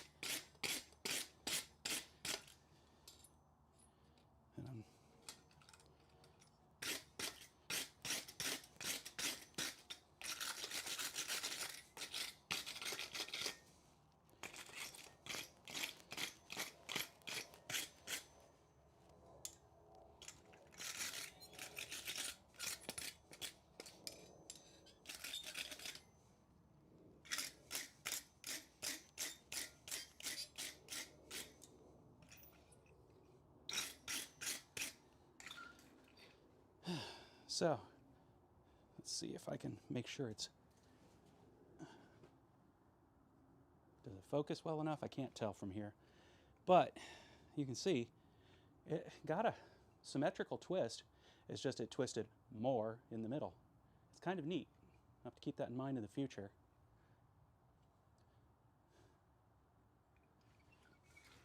Now to turn it into the curly Q at the top so that I can have my reference here so I can get it right.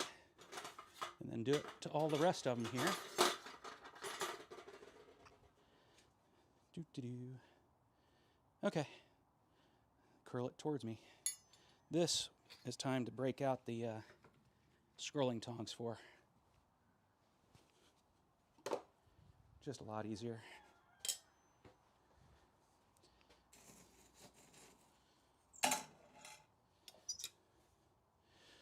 And I would actually love to be able to do more than one at a time like I would if I were in my Blade Forge. That's one of the downsides of this is the only way to really do that is to be staging your heat. And I'm not sure I'm good enough at that yet. So let's see what we can do. And the end of those tongs are hot.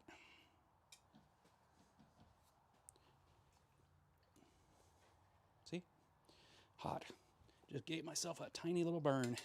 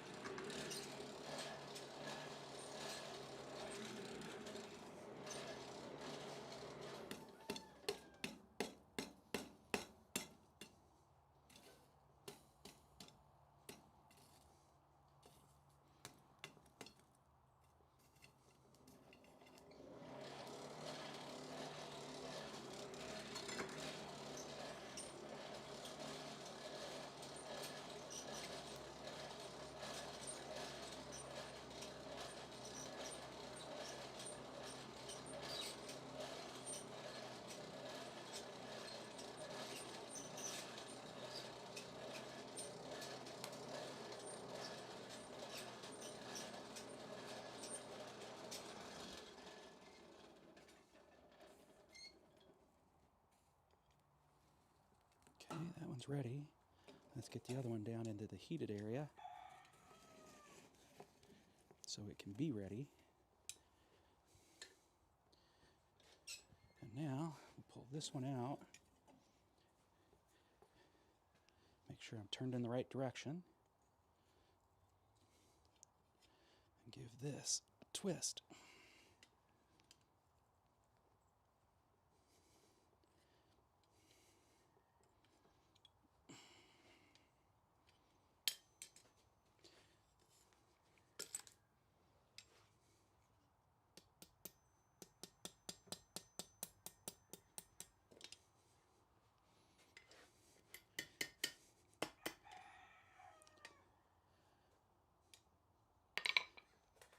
I have to put it back in again, get it warm again.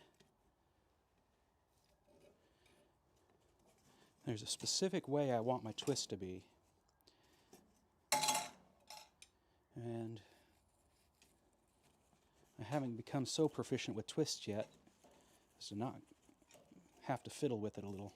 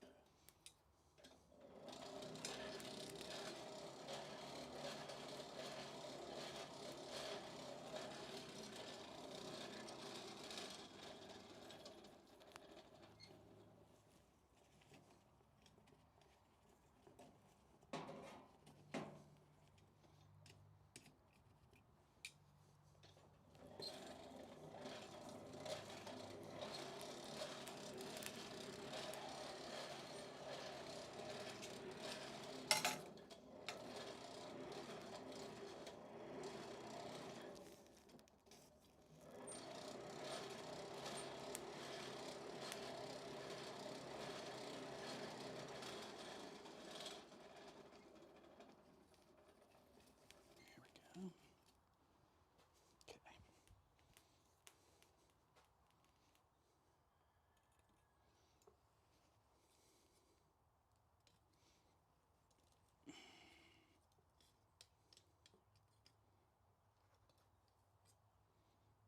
Close.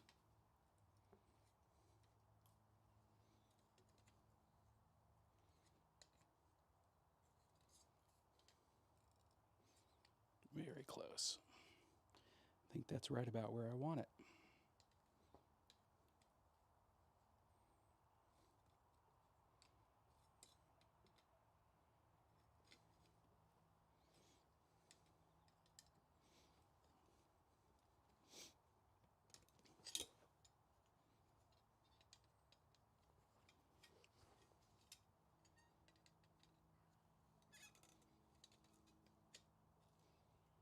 So the hard part is I would like it to still be pretty close to straight through the twists. I think I've got it. The biggest thing here now is I have to open it back up again. It's gotten too cold to be able to do that through manhandling. And the other one's in the same boat.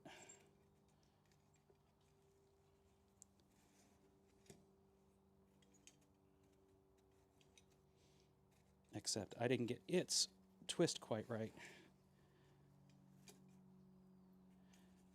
Its curly Q is not quite where I want it. So let's get her warmer and get it right.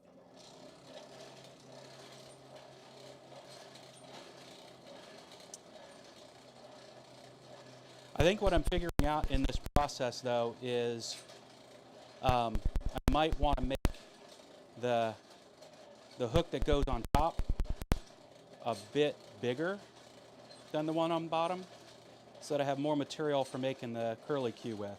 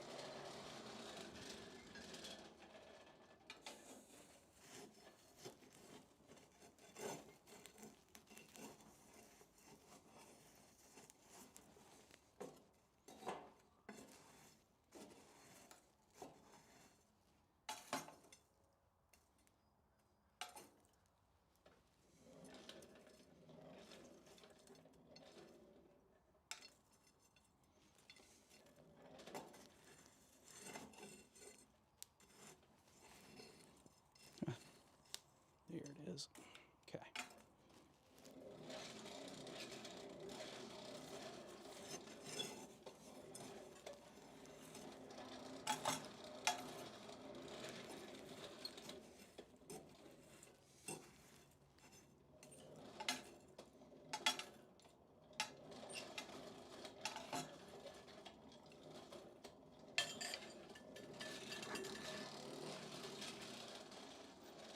Huh.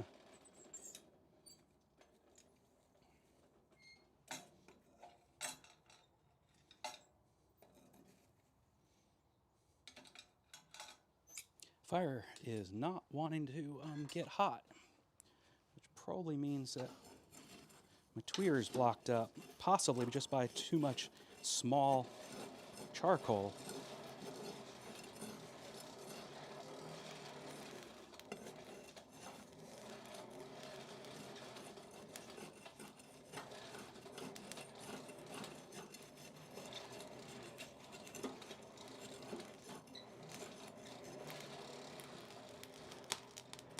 There we go.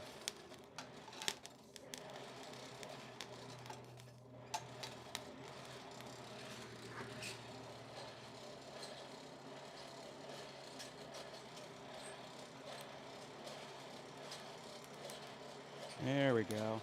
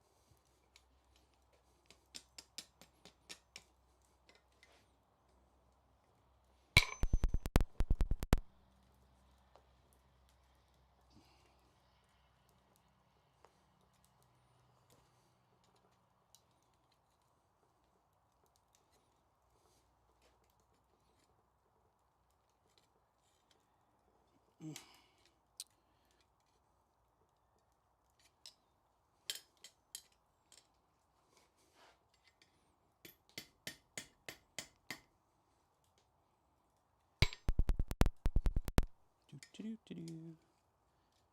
This is the fiddly bit time. How do I find myself a spot on here I can use?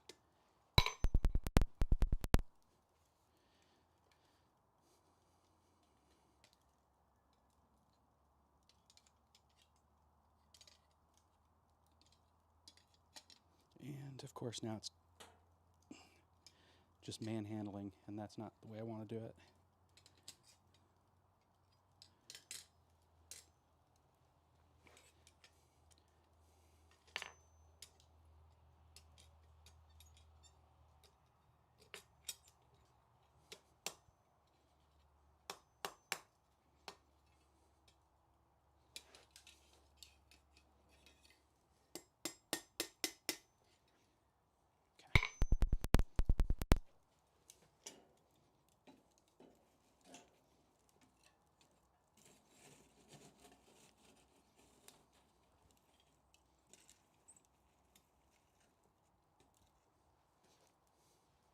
And this one's just about done.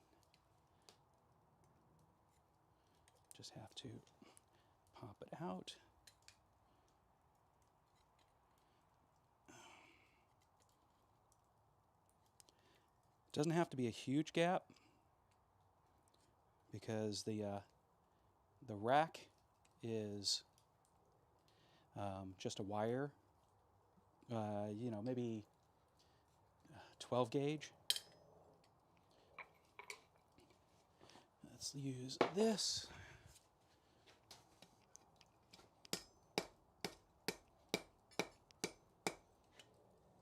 Get my curlies back into the right shape again.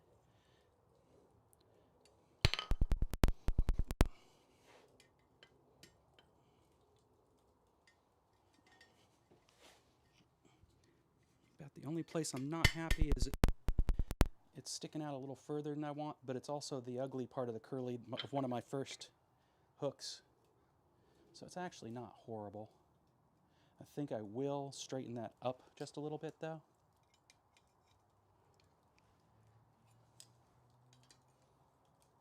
But to do that, I'll warm it. But you can see we're very close to done.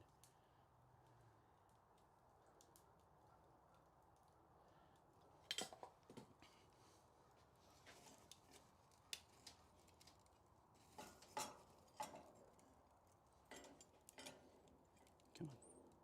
All right.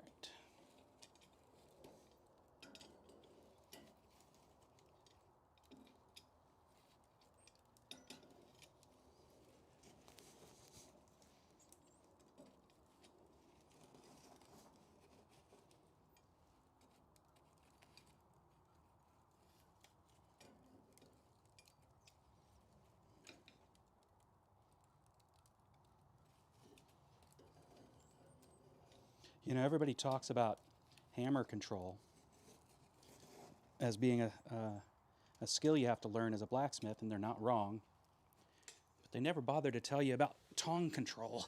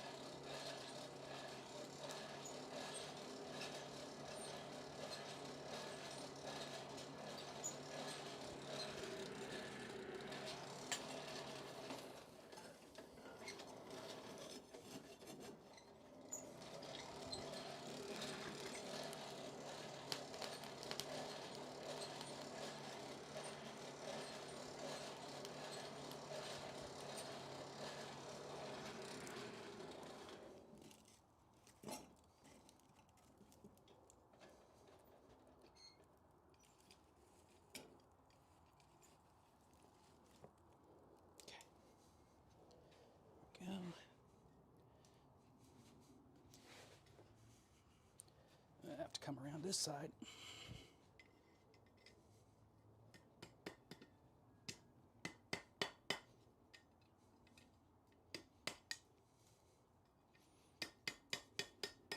And that was exactly what it needed. Now it doesn't stick out and look funny. So there we go. So close it up just a hair.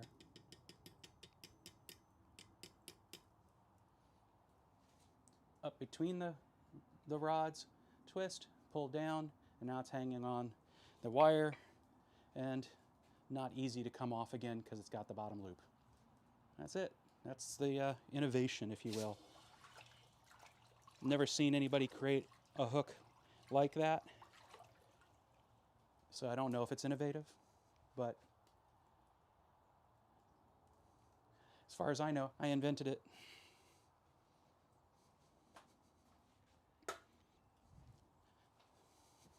That's one of them done. Let's see if I can get this other one finished.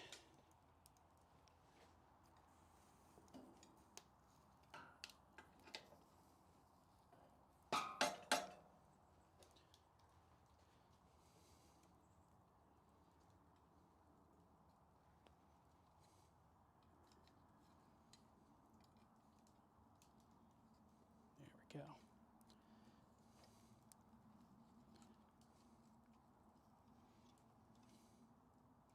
That's better. Now I can open it up a little bit and bend it around the way it's supposed to be.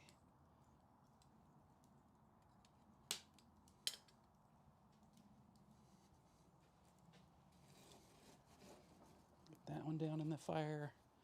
Let's pick another one to do the same thing with. Let's go with the part that has the more meat. That seems like it'd be the smarter move.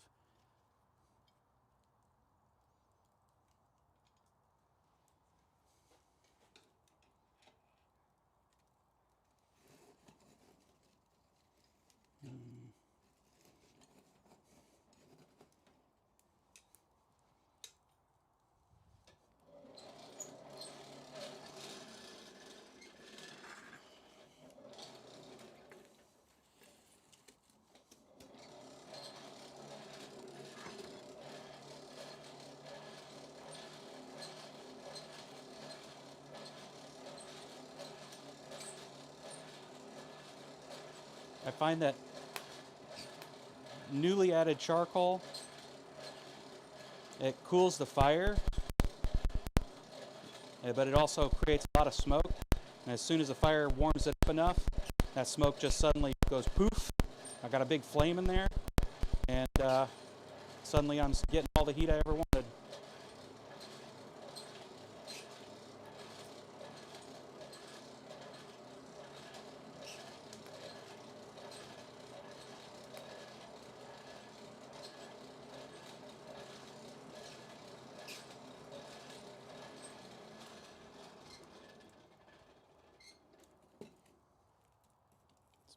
This one. Cool. Yep. Fire. All right. And again, you get to see my backside. Let's go ahead and cool off that bit.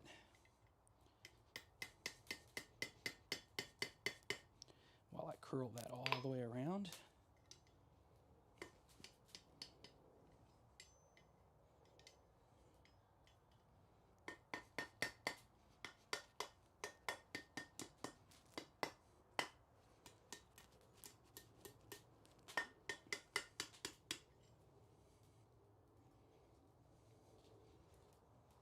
I'm learning new techniques as I do it.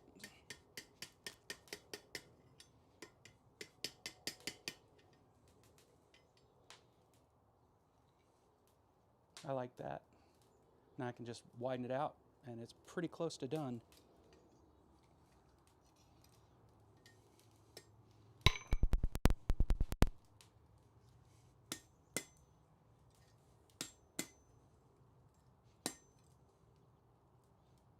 Not to mess up my nifty twists.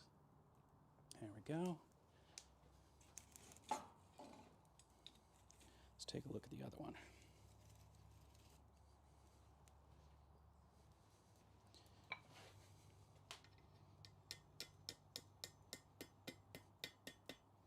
Okay. See if I get it right.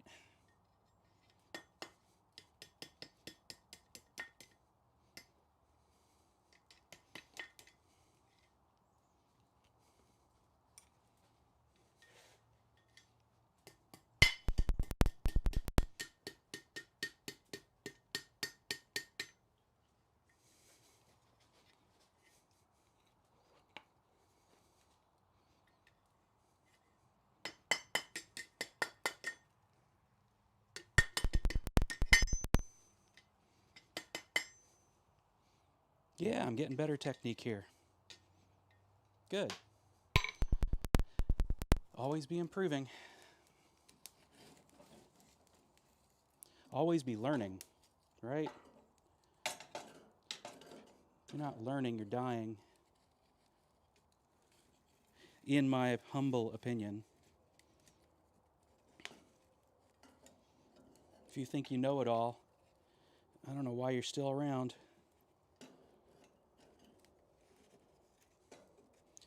This isn't a freaking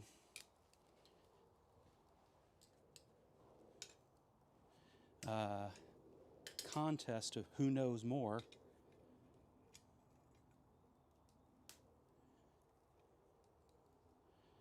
So, make sure I haven't lost anything. Yeah, I got that piece of charcoal that fell out. No need to melt the bottom of my shoe. As John Switzer says, never touch metal with this part of your hand. Bring the back of your hand close to it, and then you can feel the heat or pull away if you need to much faster. And I remembered I thought I quenched it, but my memory isn't always perfect, so I was just double checking. Oh, welcome back, Eric.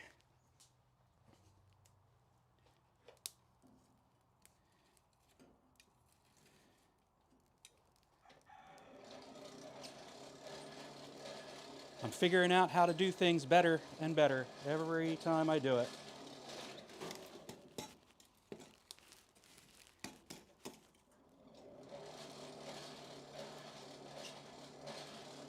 Smoke. Go to poof here in a sec. Come on. Come on, pixies. Make the smoke go away.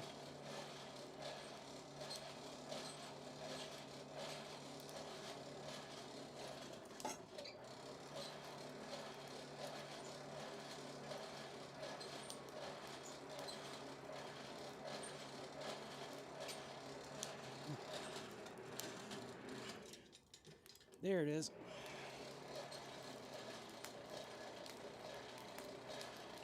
Surprised myself. I think I was giving it too much air. I've yet to figure out how fast I'm supposed to be cranking this blower. For all I know, I'm giving it way too much.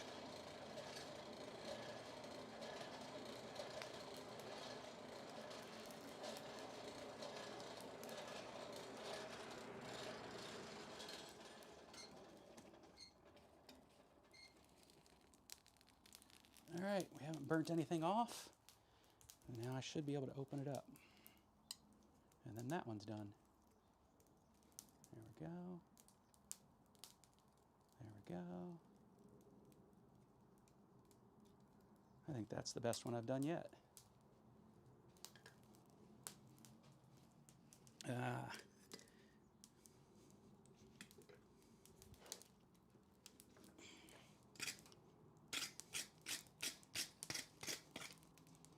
I closed it up accidentally. Of course I did.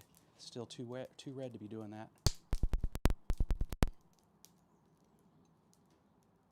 There we go.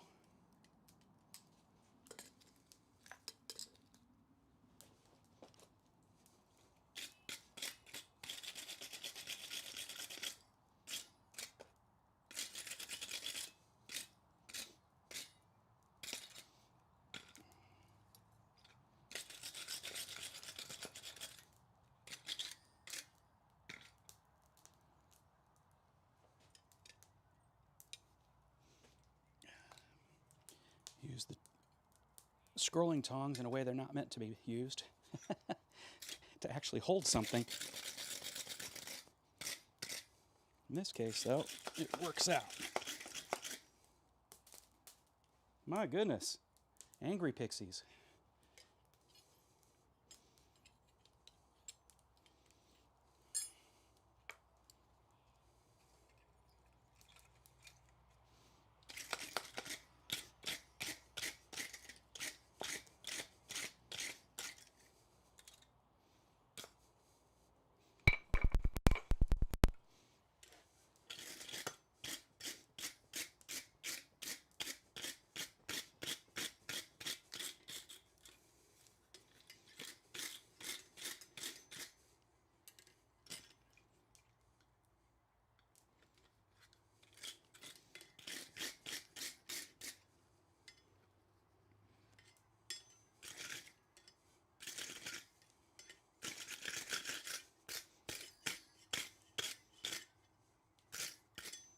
Good.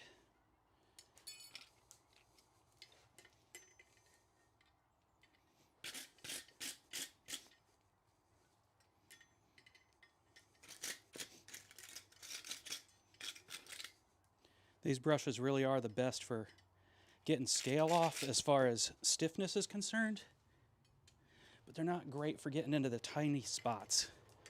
So I have a suspicion I'm still going to go and get myself one of the weaker brushes that have tinier bristles. But now that should be good enough.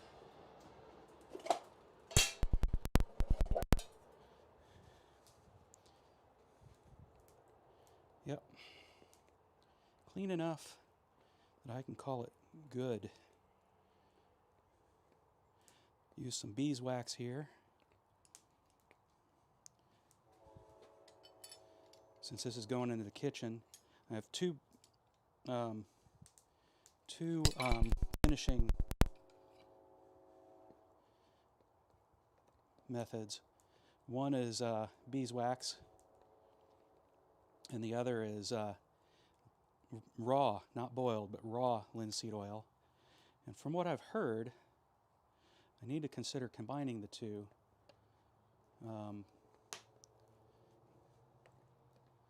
But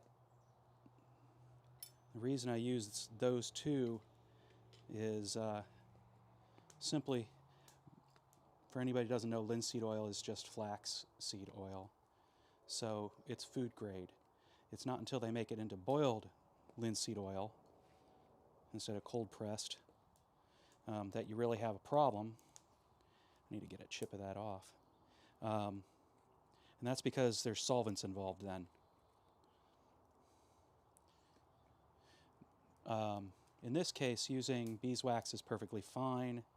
The biggest problem I have with beeswax is, you know, it will leave a film that you just have to wipe off.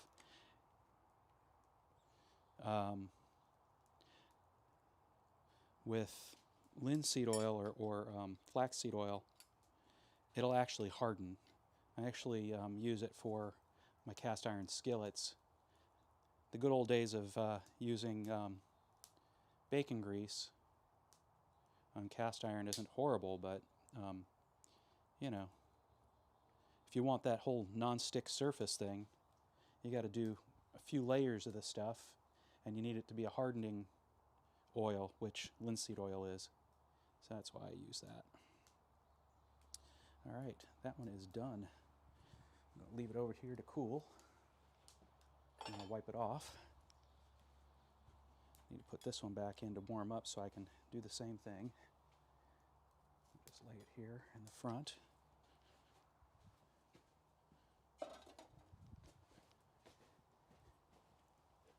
Yep, wrong tongs.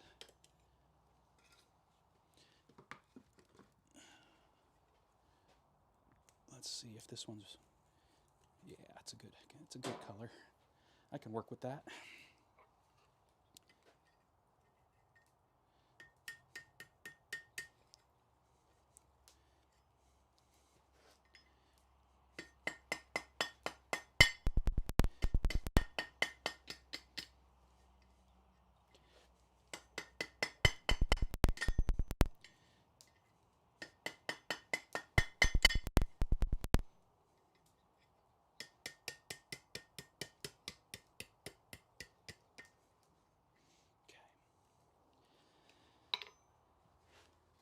warm it up a little bit more to get right where I want it. Let's see if we can get this to straighten it the way I want. Okay, cool. I need to tighten that up a little bit, and then that one will be done. In the meantime, let's get another one in there.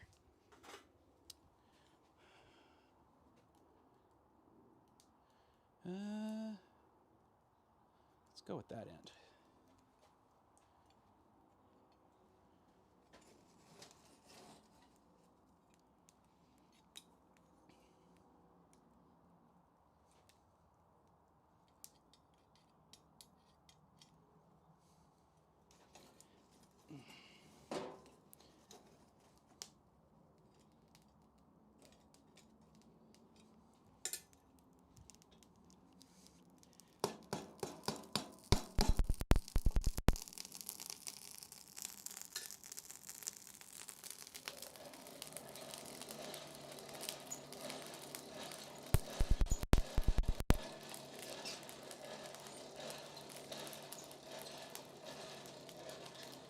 So Eric, I assume you are also a blacksmith.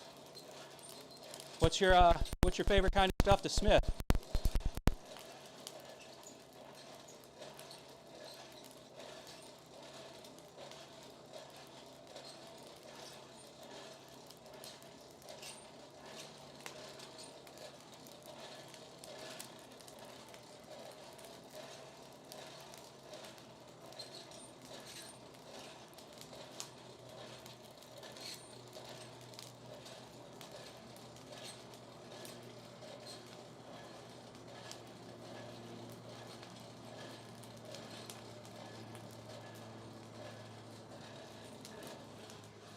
And I need to go and see actually if you've got a channel to follow.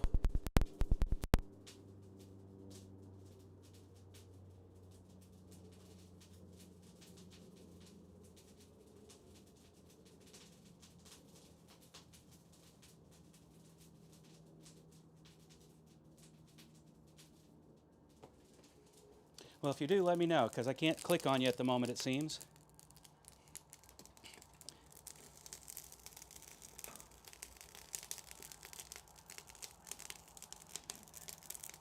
I'm always happy to learn of other Smith channels so that I can learn from your wisdom. And what I've learned the hard way is wisdom isn't always in the form of doing things right. As a matter of fact, a lot of wisdom comes in the doing things wrong and learning from it, sharing what you learned. That's what I'll bring to YouTube probably quite a lot. All the wrong ways to do things, and then learning better ways to do them.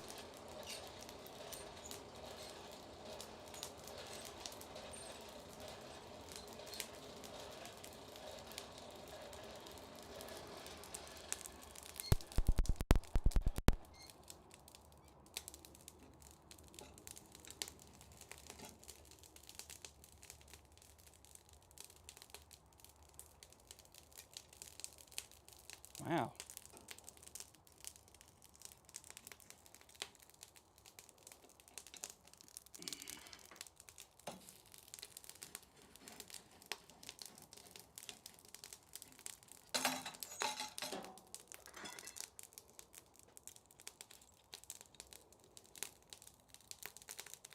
I do not know what kind of wood they use for that charcoal, but it is poppity, poppity, poppity.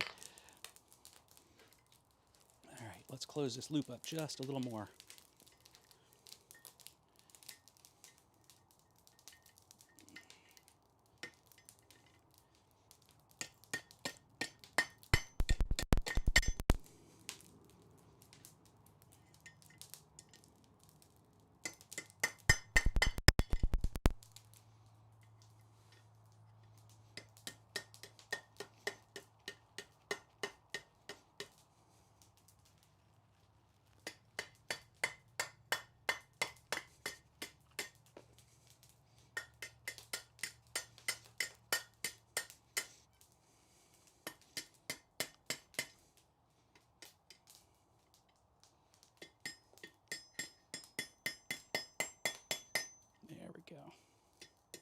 That's what I wanted.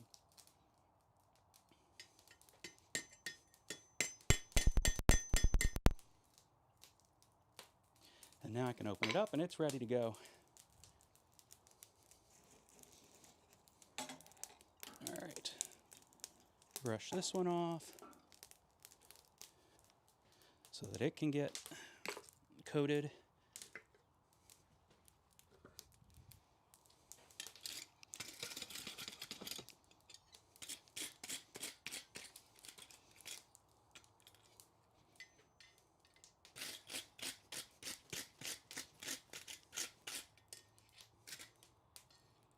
Assuming I let it get warm enough.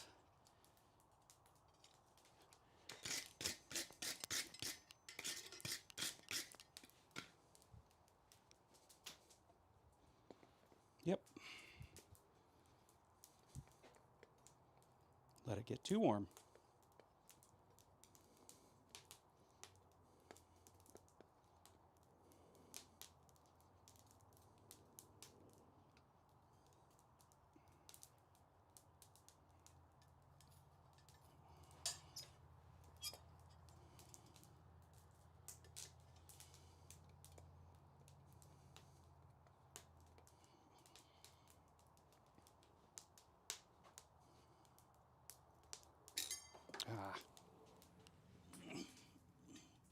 Nothing like beeswax and dirt.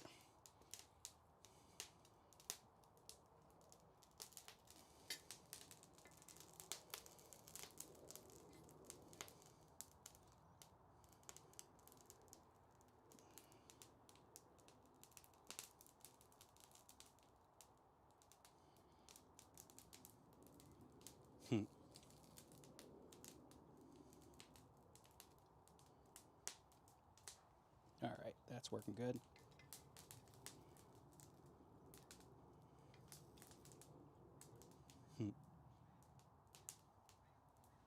Let that one cool off over here.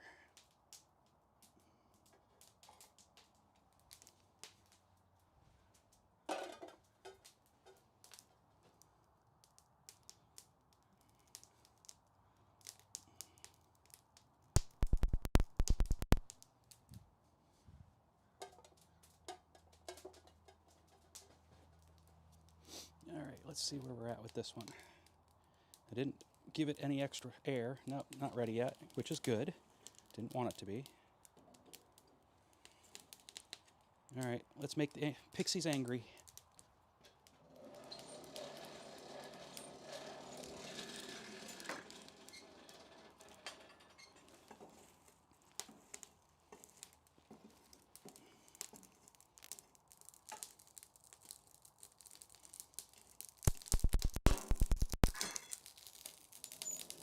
That did the trick. Stand out of the way to angry pixies.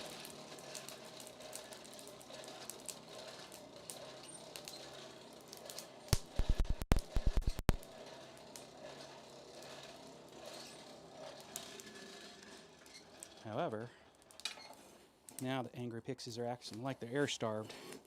So let's fix that scenario.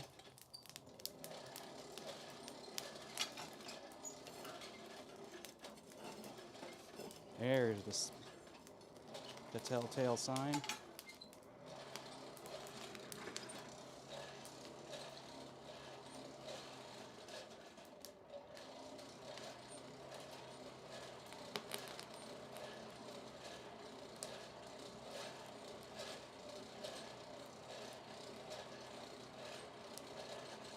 There are two things about using charcoal that I love. Well, forging in general, number one, means I'm not cold. But the two things is I always come away smelling like a campfire, which nobody in my household dislikes anyway. And it reminds me of the times I'm hanging out with my buds around the campfire or at the forge at the Florida Highland Games.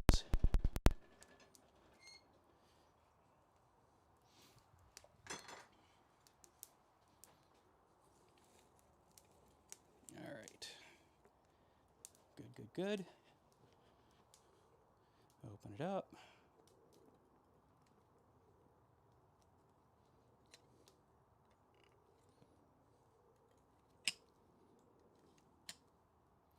Come on. There we go.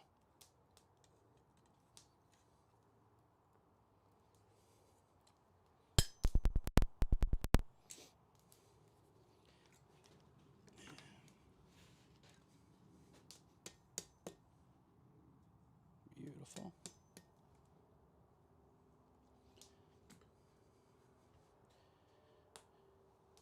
That one's done. Get that nice little zigzag, little N. It's what I'm always striving for. It's where it gets fiddly, but I'm now learning it's not nearly as fiddly as I thought if I leverage the horn correctly.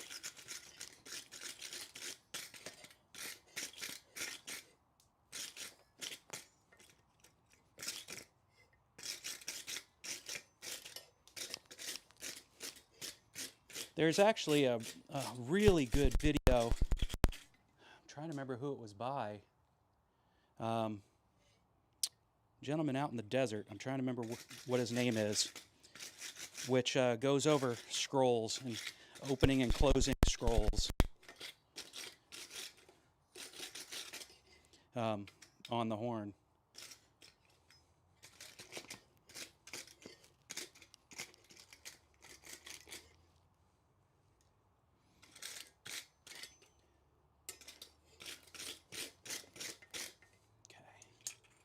Turn her around.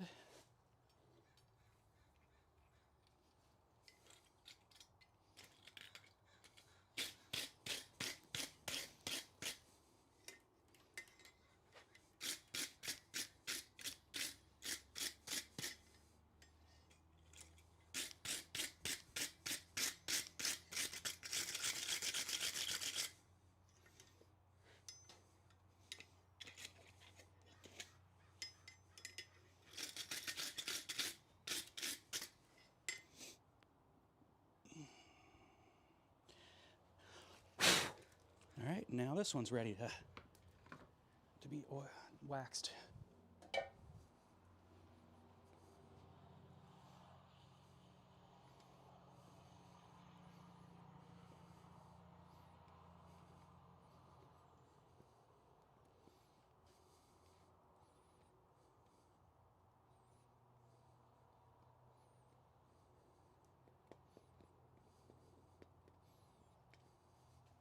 And I'm probably putting on way more than I need to, but it allows it to flow into the curves and nooks and stuff.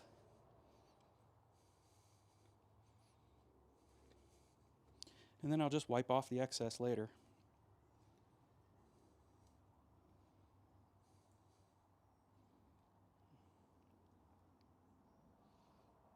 Okay. Cool. Literally, we'll let it cool. And we'll get on to another one. It becomes a lot easier when you've realized what your trick is. This one is clearly, based on its shape and its twist going up so far, it's going to end up having twist in my curly cue. I think I will use this side just because there's a little more material there to work with. And look at that taper. That's going to burn right off. Okay.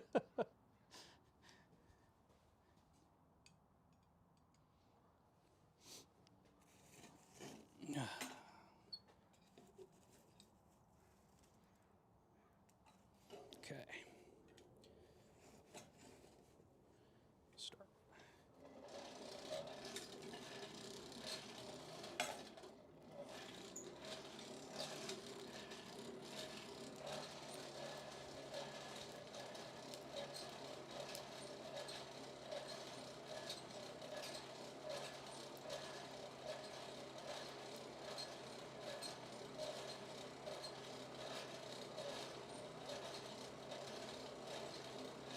So my flame color in here is bright orange.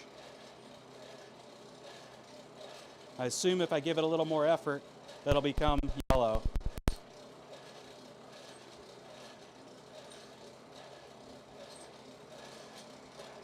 I don't want my steel to be either, well, bright orange would be fine, but beyond that, it starts to burn. All right, let's use this instead of. Yeah, that works. Oh, that is, as long as you don't lay over your curly cue.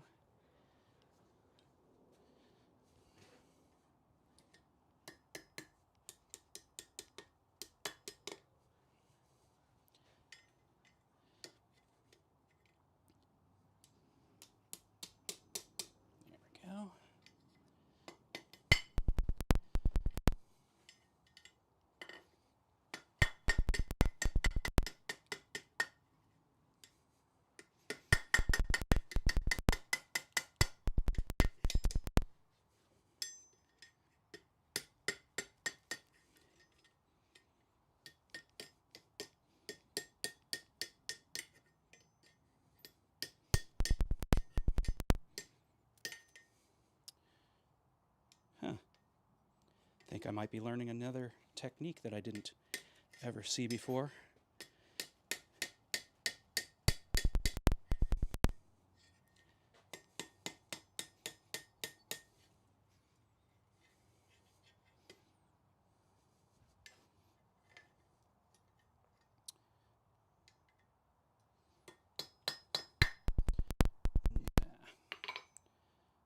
All right, let's warm that up.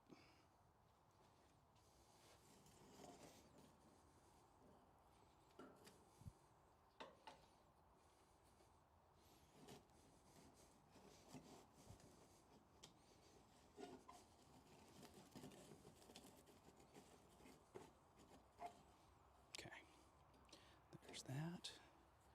Let's take a look at this one. Ugh. Not quite.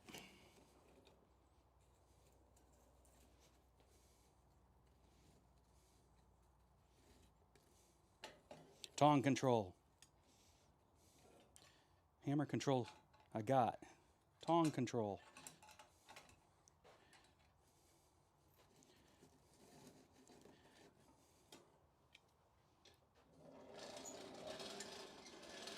Yeah, hammer control was easy because a man my age is either somebody who's worked with his hands and therefore swung a hammer to hit a nail in anger, or just hasn't. So it was just there's a little more learning to do. I'm still picking some stuff up, especially with this new ergonomic hammer. But I don't think there's any time except when you're flipping meat that you have to worry about tongs. So tong control is, I think, harder to learn now for me than hammer control.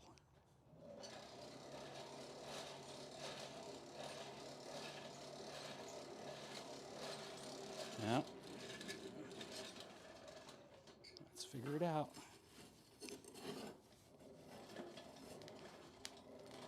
There it is.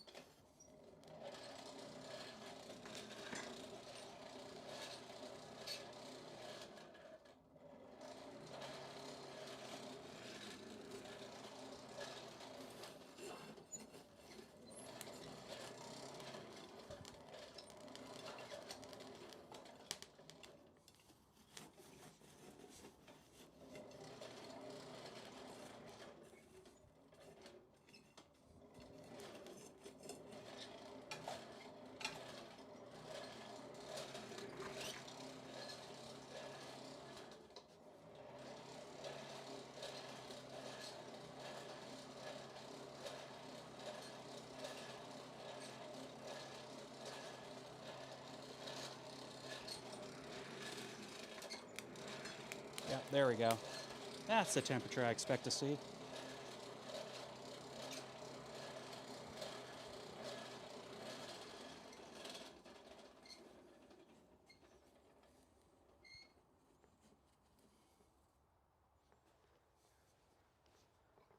All right.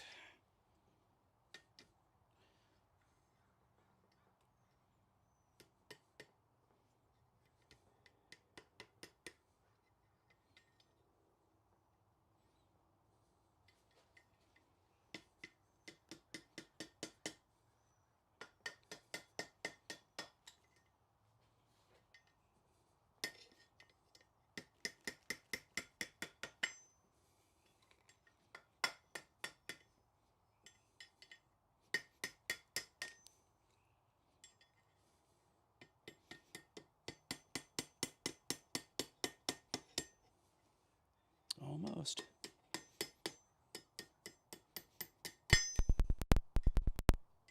Yep, there we go. That's what I was looking for. Now I just gotta warm it up so I can open it up, get the end.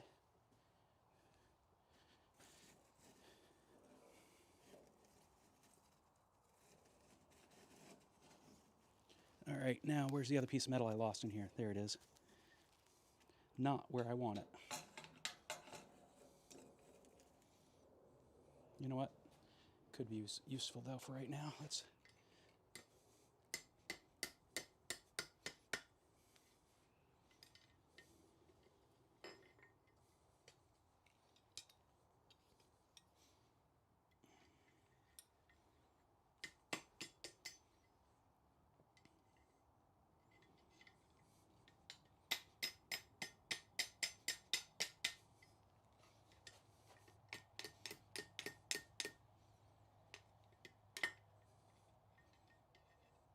Okay. Let's open it up just a hair.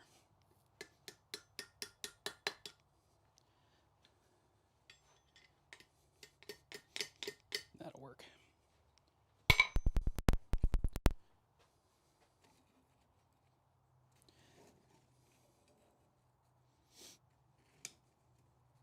So yeah, the key is use your horn to create the scroll and manipulate it.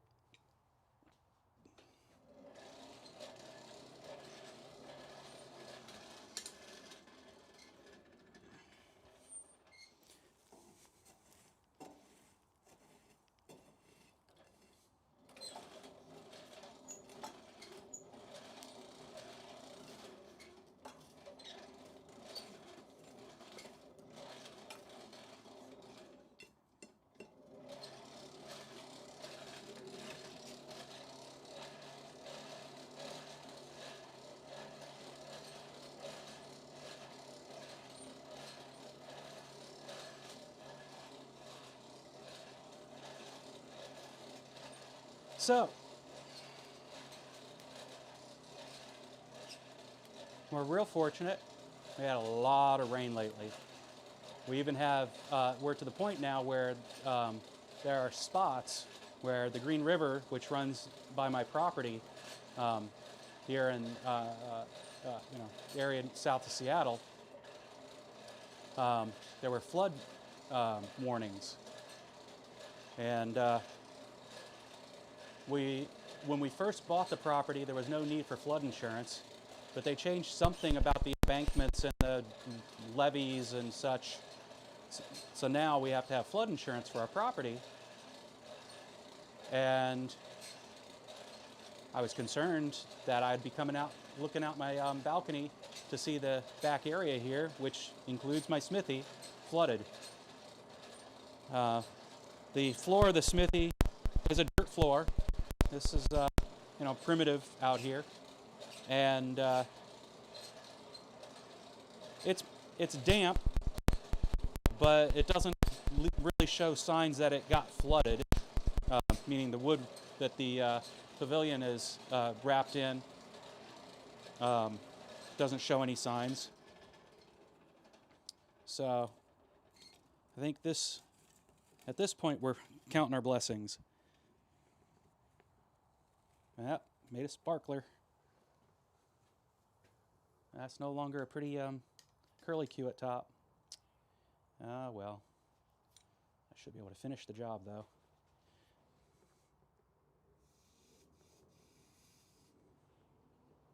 Okay.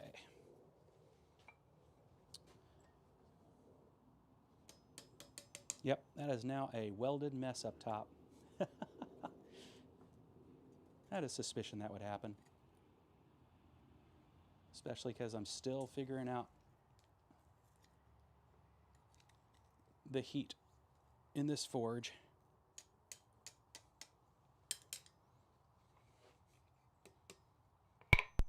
That is now another done one, which means it's time to brush it off.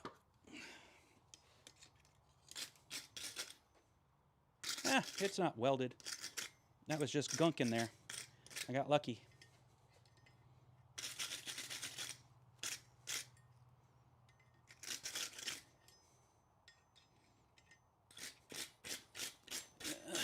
Just some coal dust, I mean charcoal dust, I guess. Schmutz, as my grandfather would say.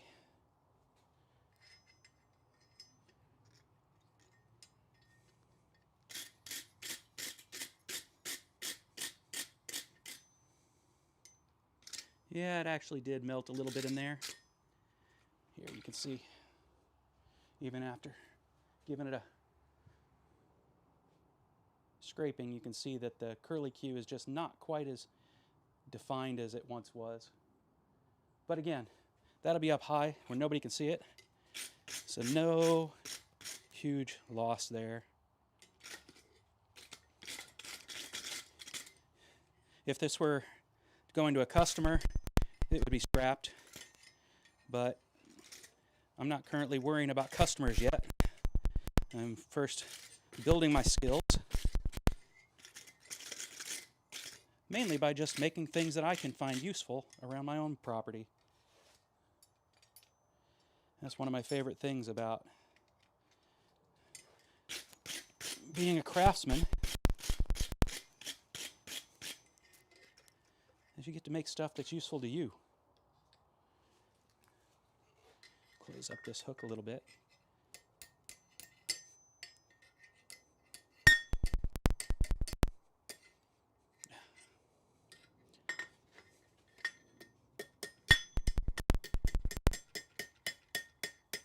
There we go.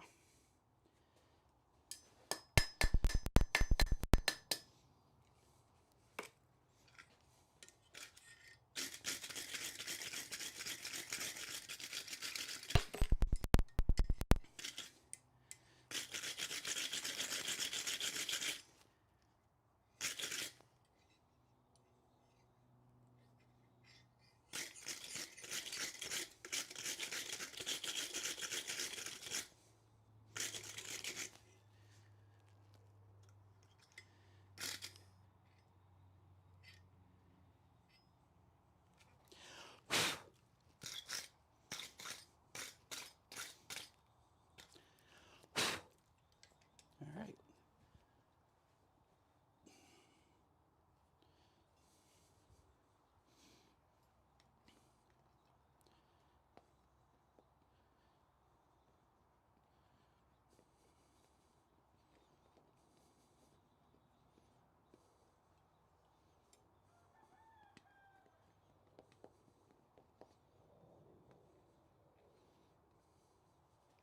Let's go ahead and give that a little warmth. Warm that up a little. And let's see if I burnt the other one up.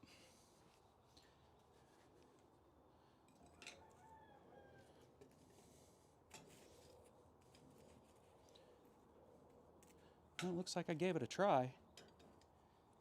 Thankfully, I was not successful.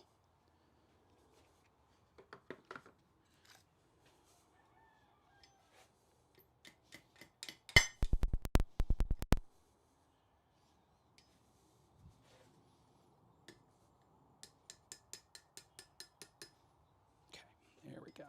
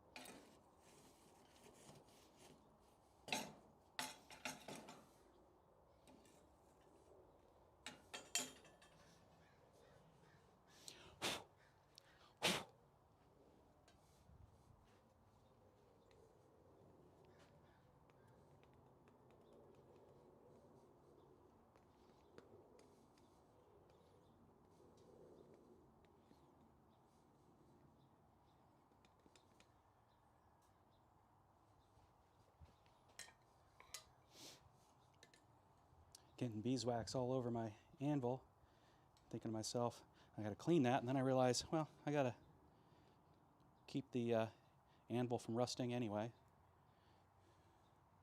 So I'll just wipe it across and it'll burn off the next time I use it, but the moisture out here then will not affect my anvil.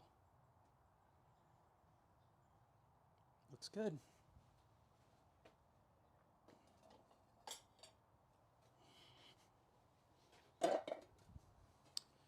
I have one more, well, and the one that's in there. And this one's a tiny one. Okay, well, it's definitely that side I'm going to do. I might do some pre-work on that little curly Q on the end.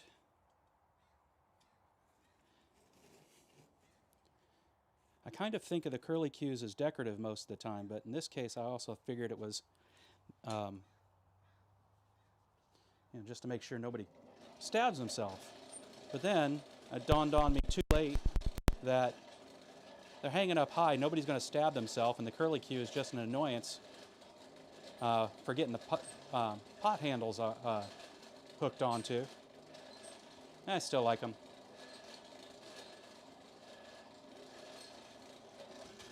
We're not getting any airflow, so it's time to do the thing again. I think it's just a matter of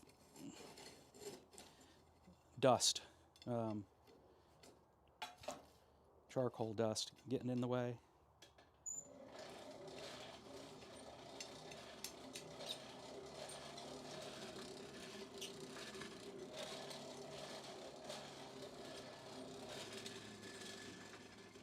It doesn't make sense to add any more charcoal at this point because there's plenty in here, hot coals. I just need to be able to force air through it.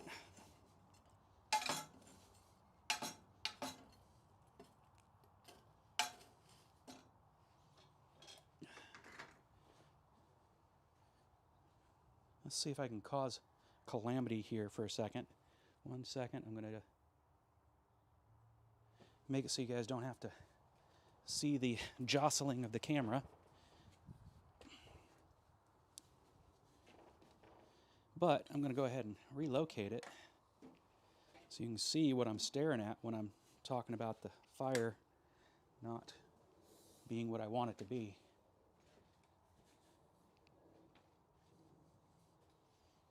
Let's see if that puts us in the right place. It does.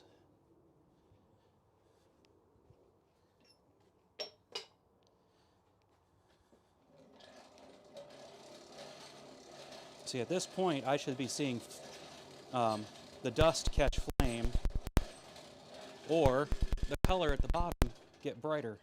I'm seeing neither of those things. Now I can actually see dust, but as you can also see, there's plenty of charcoal in here. It just needs to have enough room to have the airflow to go through it so it can get hot. And of course, if one of you bright smiths happen to see this and know something about this that I don't, do put something in the comments so I can learn from your experience.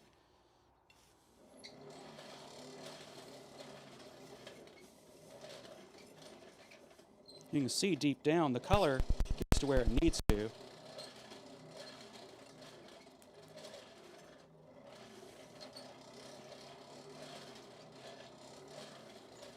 But my pixies just don't seem to be quite as angry right now as they had been.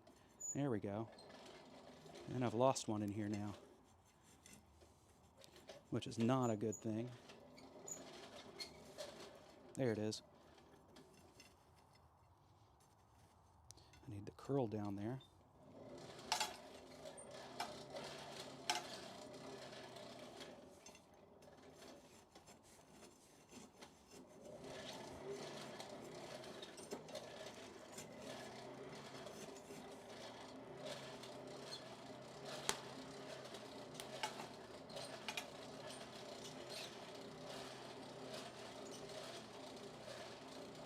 There's the color I'm looking for. Now, the problem is The one piece I have in there is very small, tiny, so I'm afraid I'm going to burn it if I'm not careful. This one's not.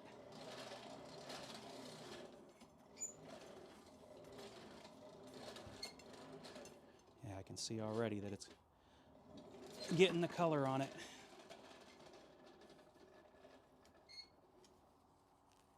Yep.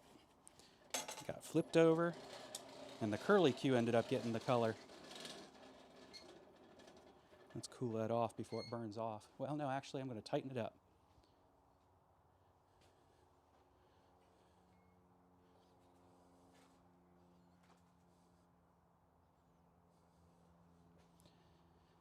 Let's see, how can I do this? I can come here, I think.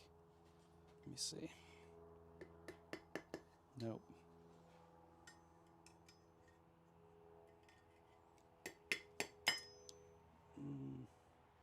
I don't know.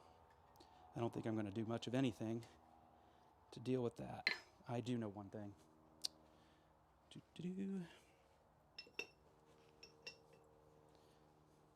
But now I need color again.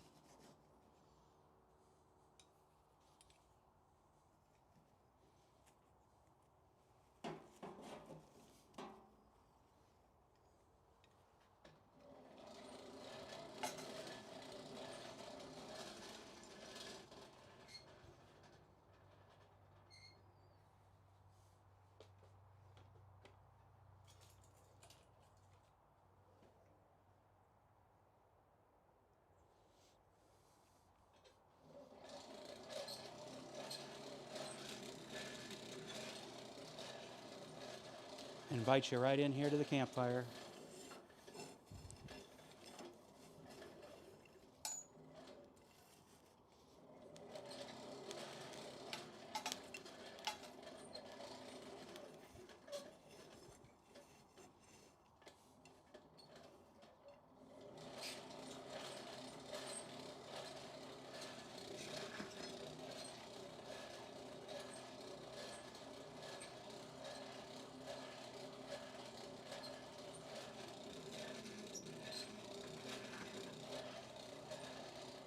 I see the heat under the coals. I don't know if you can get, yeah, there's a bright spot. You can see it.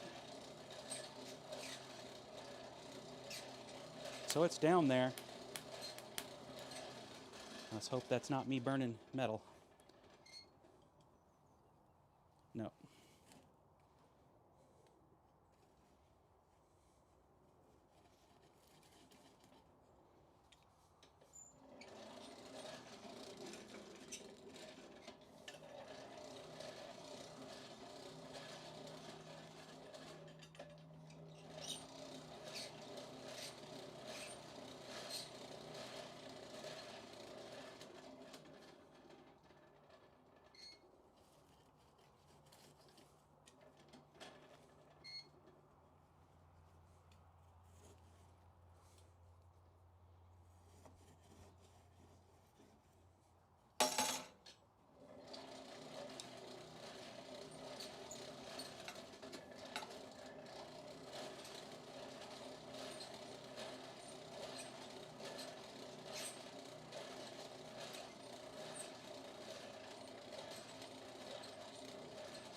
Well, clearly one of the next things I'm going to need is a coal shovel. So I can scoop stuff out, make sure my tweer's not all blocked up in some way, and then get back in again.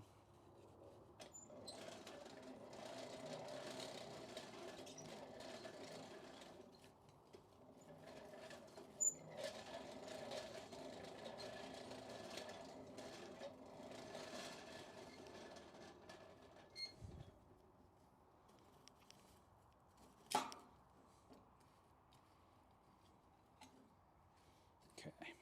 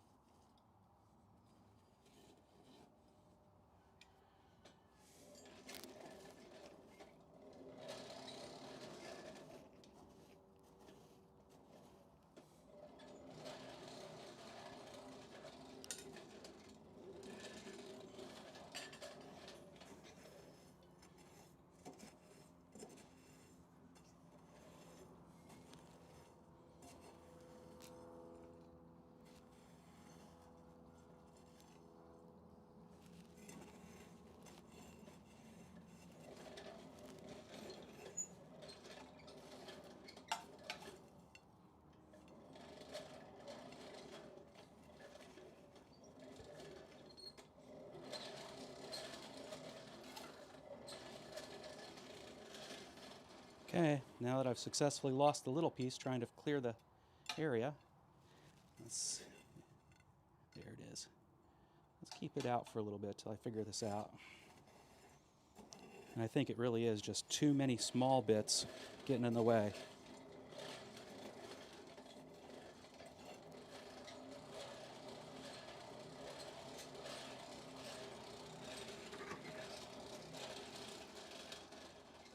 Yeah, pretty sure that's the problem.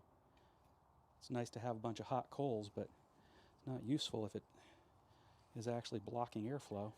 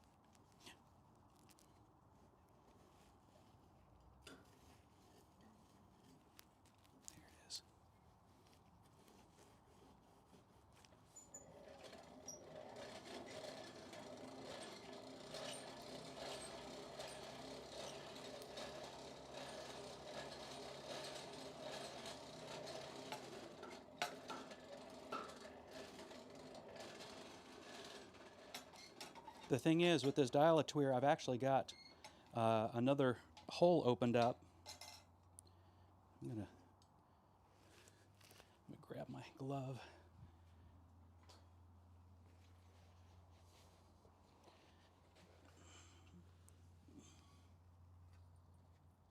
I've got it set to 3. I'm gonna put it up to 4, which means I have 2.5 holes opened up already. Now I have 3.5 holes.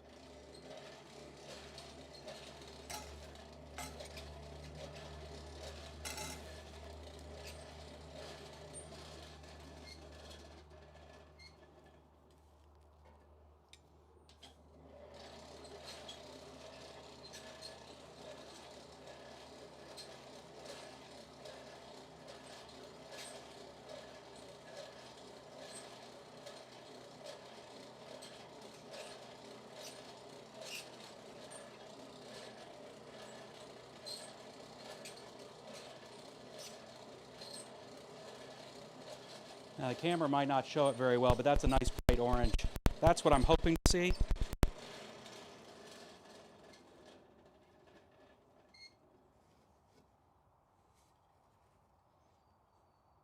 But I would expect to see it up more forward as well, considering I've got a hole in the twir open there too. So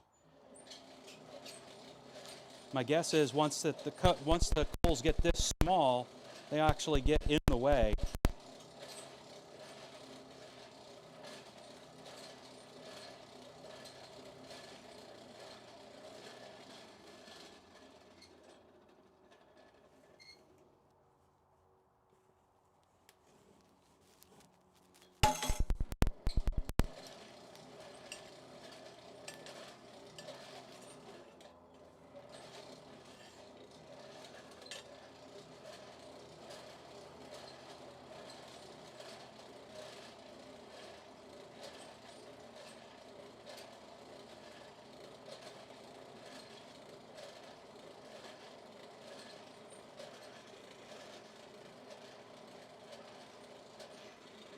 I am seeing a lot of ash, I think, though it could be that it's not ash, but you know, sand, dirt, whatever else. That which clinkers are made of. And of course, at this point, because of where this is located, yeah, there we go.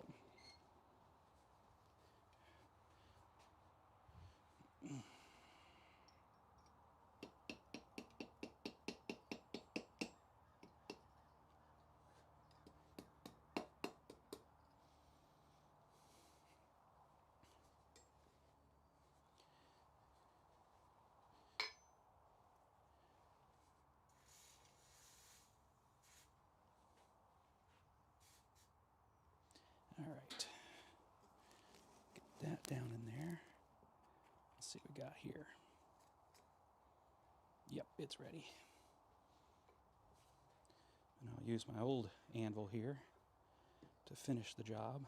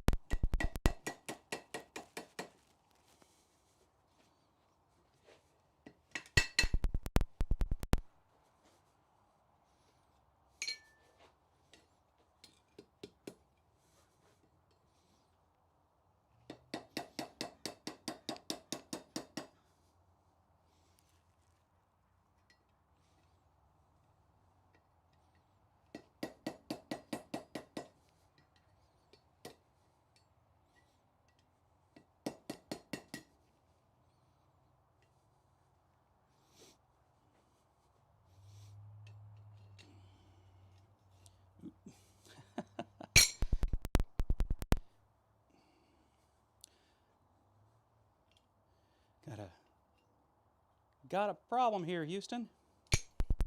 Forgot that there were magnets underneath my old anvil. And it pulled them right off. The problem with that, of course, is onto a hot set of tongs. All right. That one is just about done. Put it back in the fire to get it to done.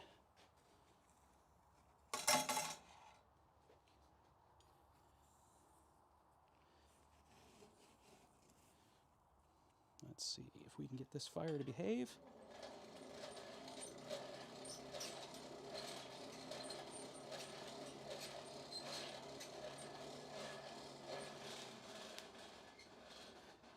I'll go ahead and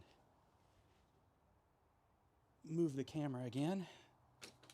You've seen enough of that.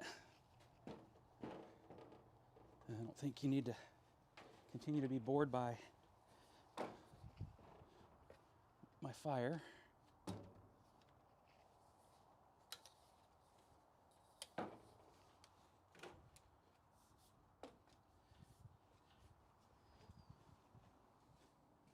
right, let's get everything back into the appropriate view again. That looks good enough. Yep, good enough.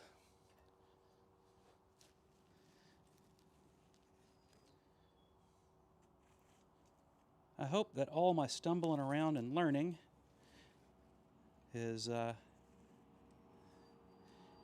either mildly entertaining or mildly educational. Otherwise, it really doesn't matter if it's neither right now, because what really matters is I'm learning and sharing as much as I understand. I'll work on getting more entertaining later.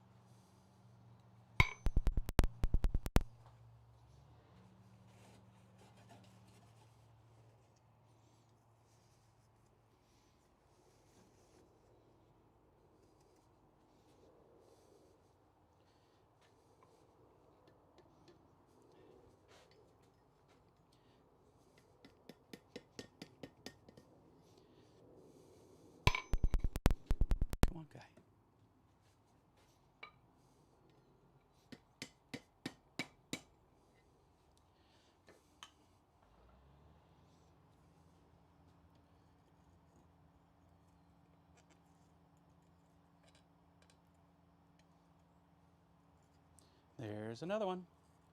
All done. Nice little end. I think I'll do a little bit of cleanup right here though, on the curve, just to get it straightened back out again. There we go. Nice and straight. All right, now for the one that I'm worried about burning up and perhaps even making unusable on our rack, mainly because it's just so small. That's the one I've been fiddling with a little bit in there, but it's the last one.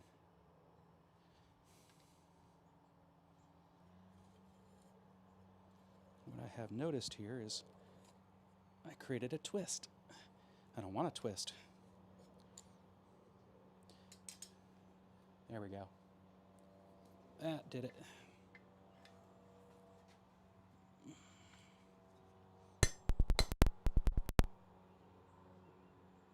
Fixed. All right. Now it just needs to be brushed and waxed.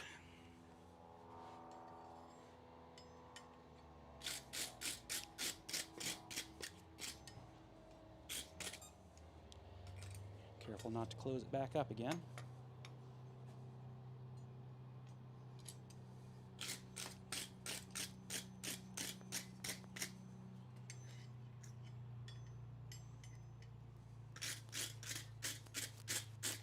There we go.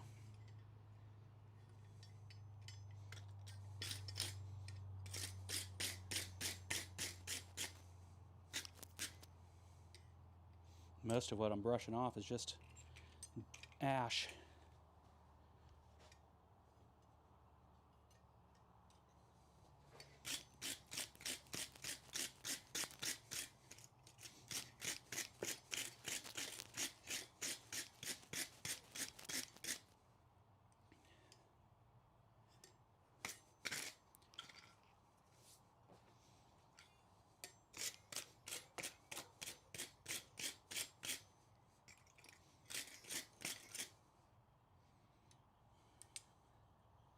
All right, set it up on the edge in there so it warms up.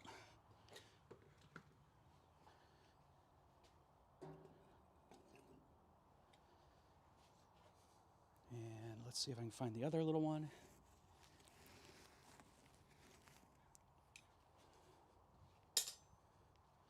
Which I've now lost in there somewhere.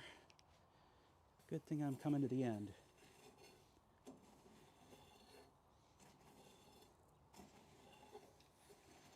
There it is. All right. Let's get a hold of this. Yeah, this one's going to be tougher, I think. I think I can still do it.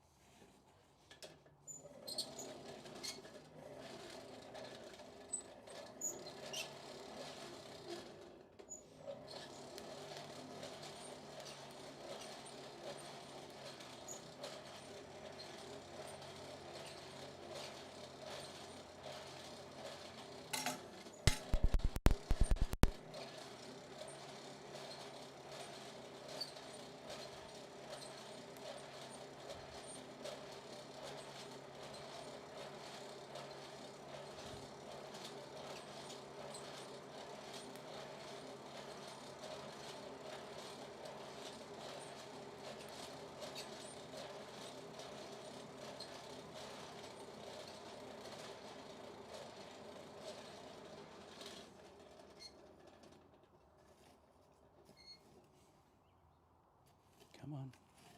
Where'd you go? There you are. It really doesn't take any time at all to get this one hot.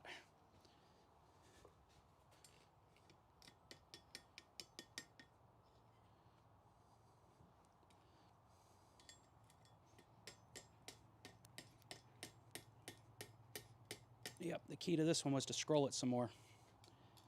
And now it's done.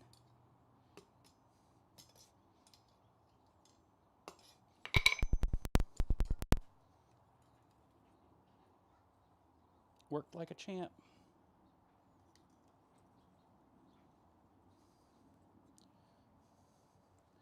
we go. Let her in. Let's see if I can get this paint pointing in the same direction as the other curlicue. There we go. Doesn't have to be perfect, but I have to say, from the beginning of the session to the end of the session, manhandling with scrolling tongs versus getting a better understanding of how to use the horn to create the scroll. They're not perfect. They're still a little lopsided, I think. But that was definitely some good growth there. And that's what I'm here for, is to just enjoy the craft and get better at it. And share the journey with anybody who's curious enough to actually be jumping on to either my live stream, which is every Saturday at 9 a.m. Pacific, or watching this, hopefully at a much higher rate of speed, on YouTube after the fact. If you actually got something out of this or have suggestions, I'd love to see some comments on the videos. And of course, a like is always cool. A subscribe is extremely cool.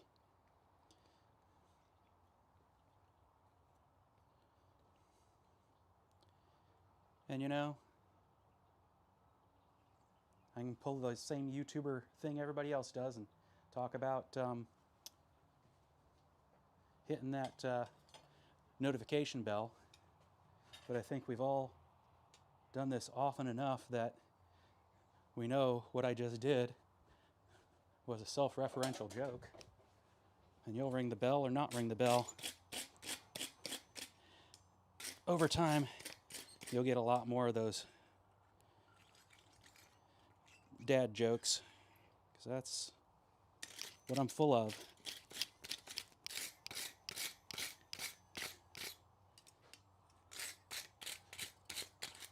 That's not the phrase that most people use when they say what I'm full of, but let's just leave it at dad jokes.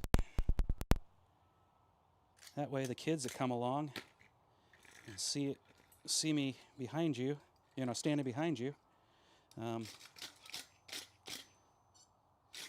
see this as at least PG-13.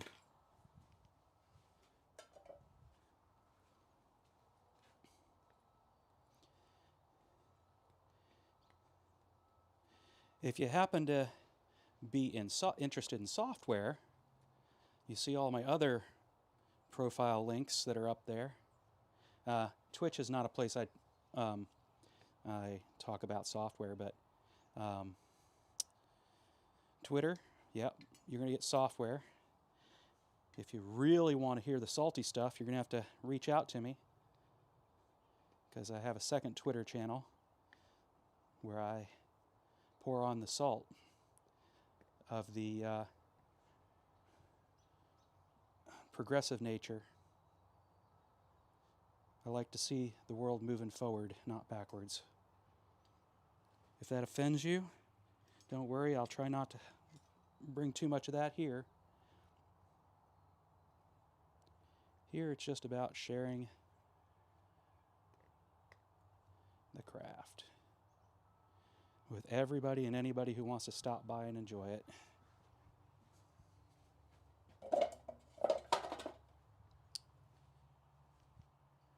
And that, my friends, is a whole bunch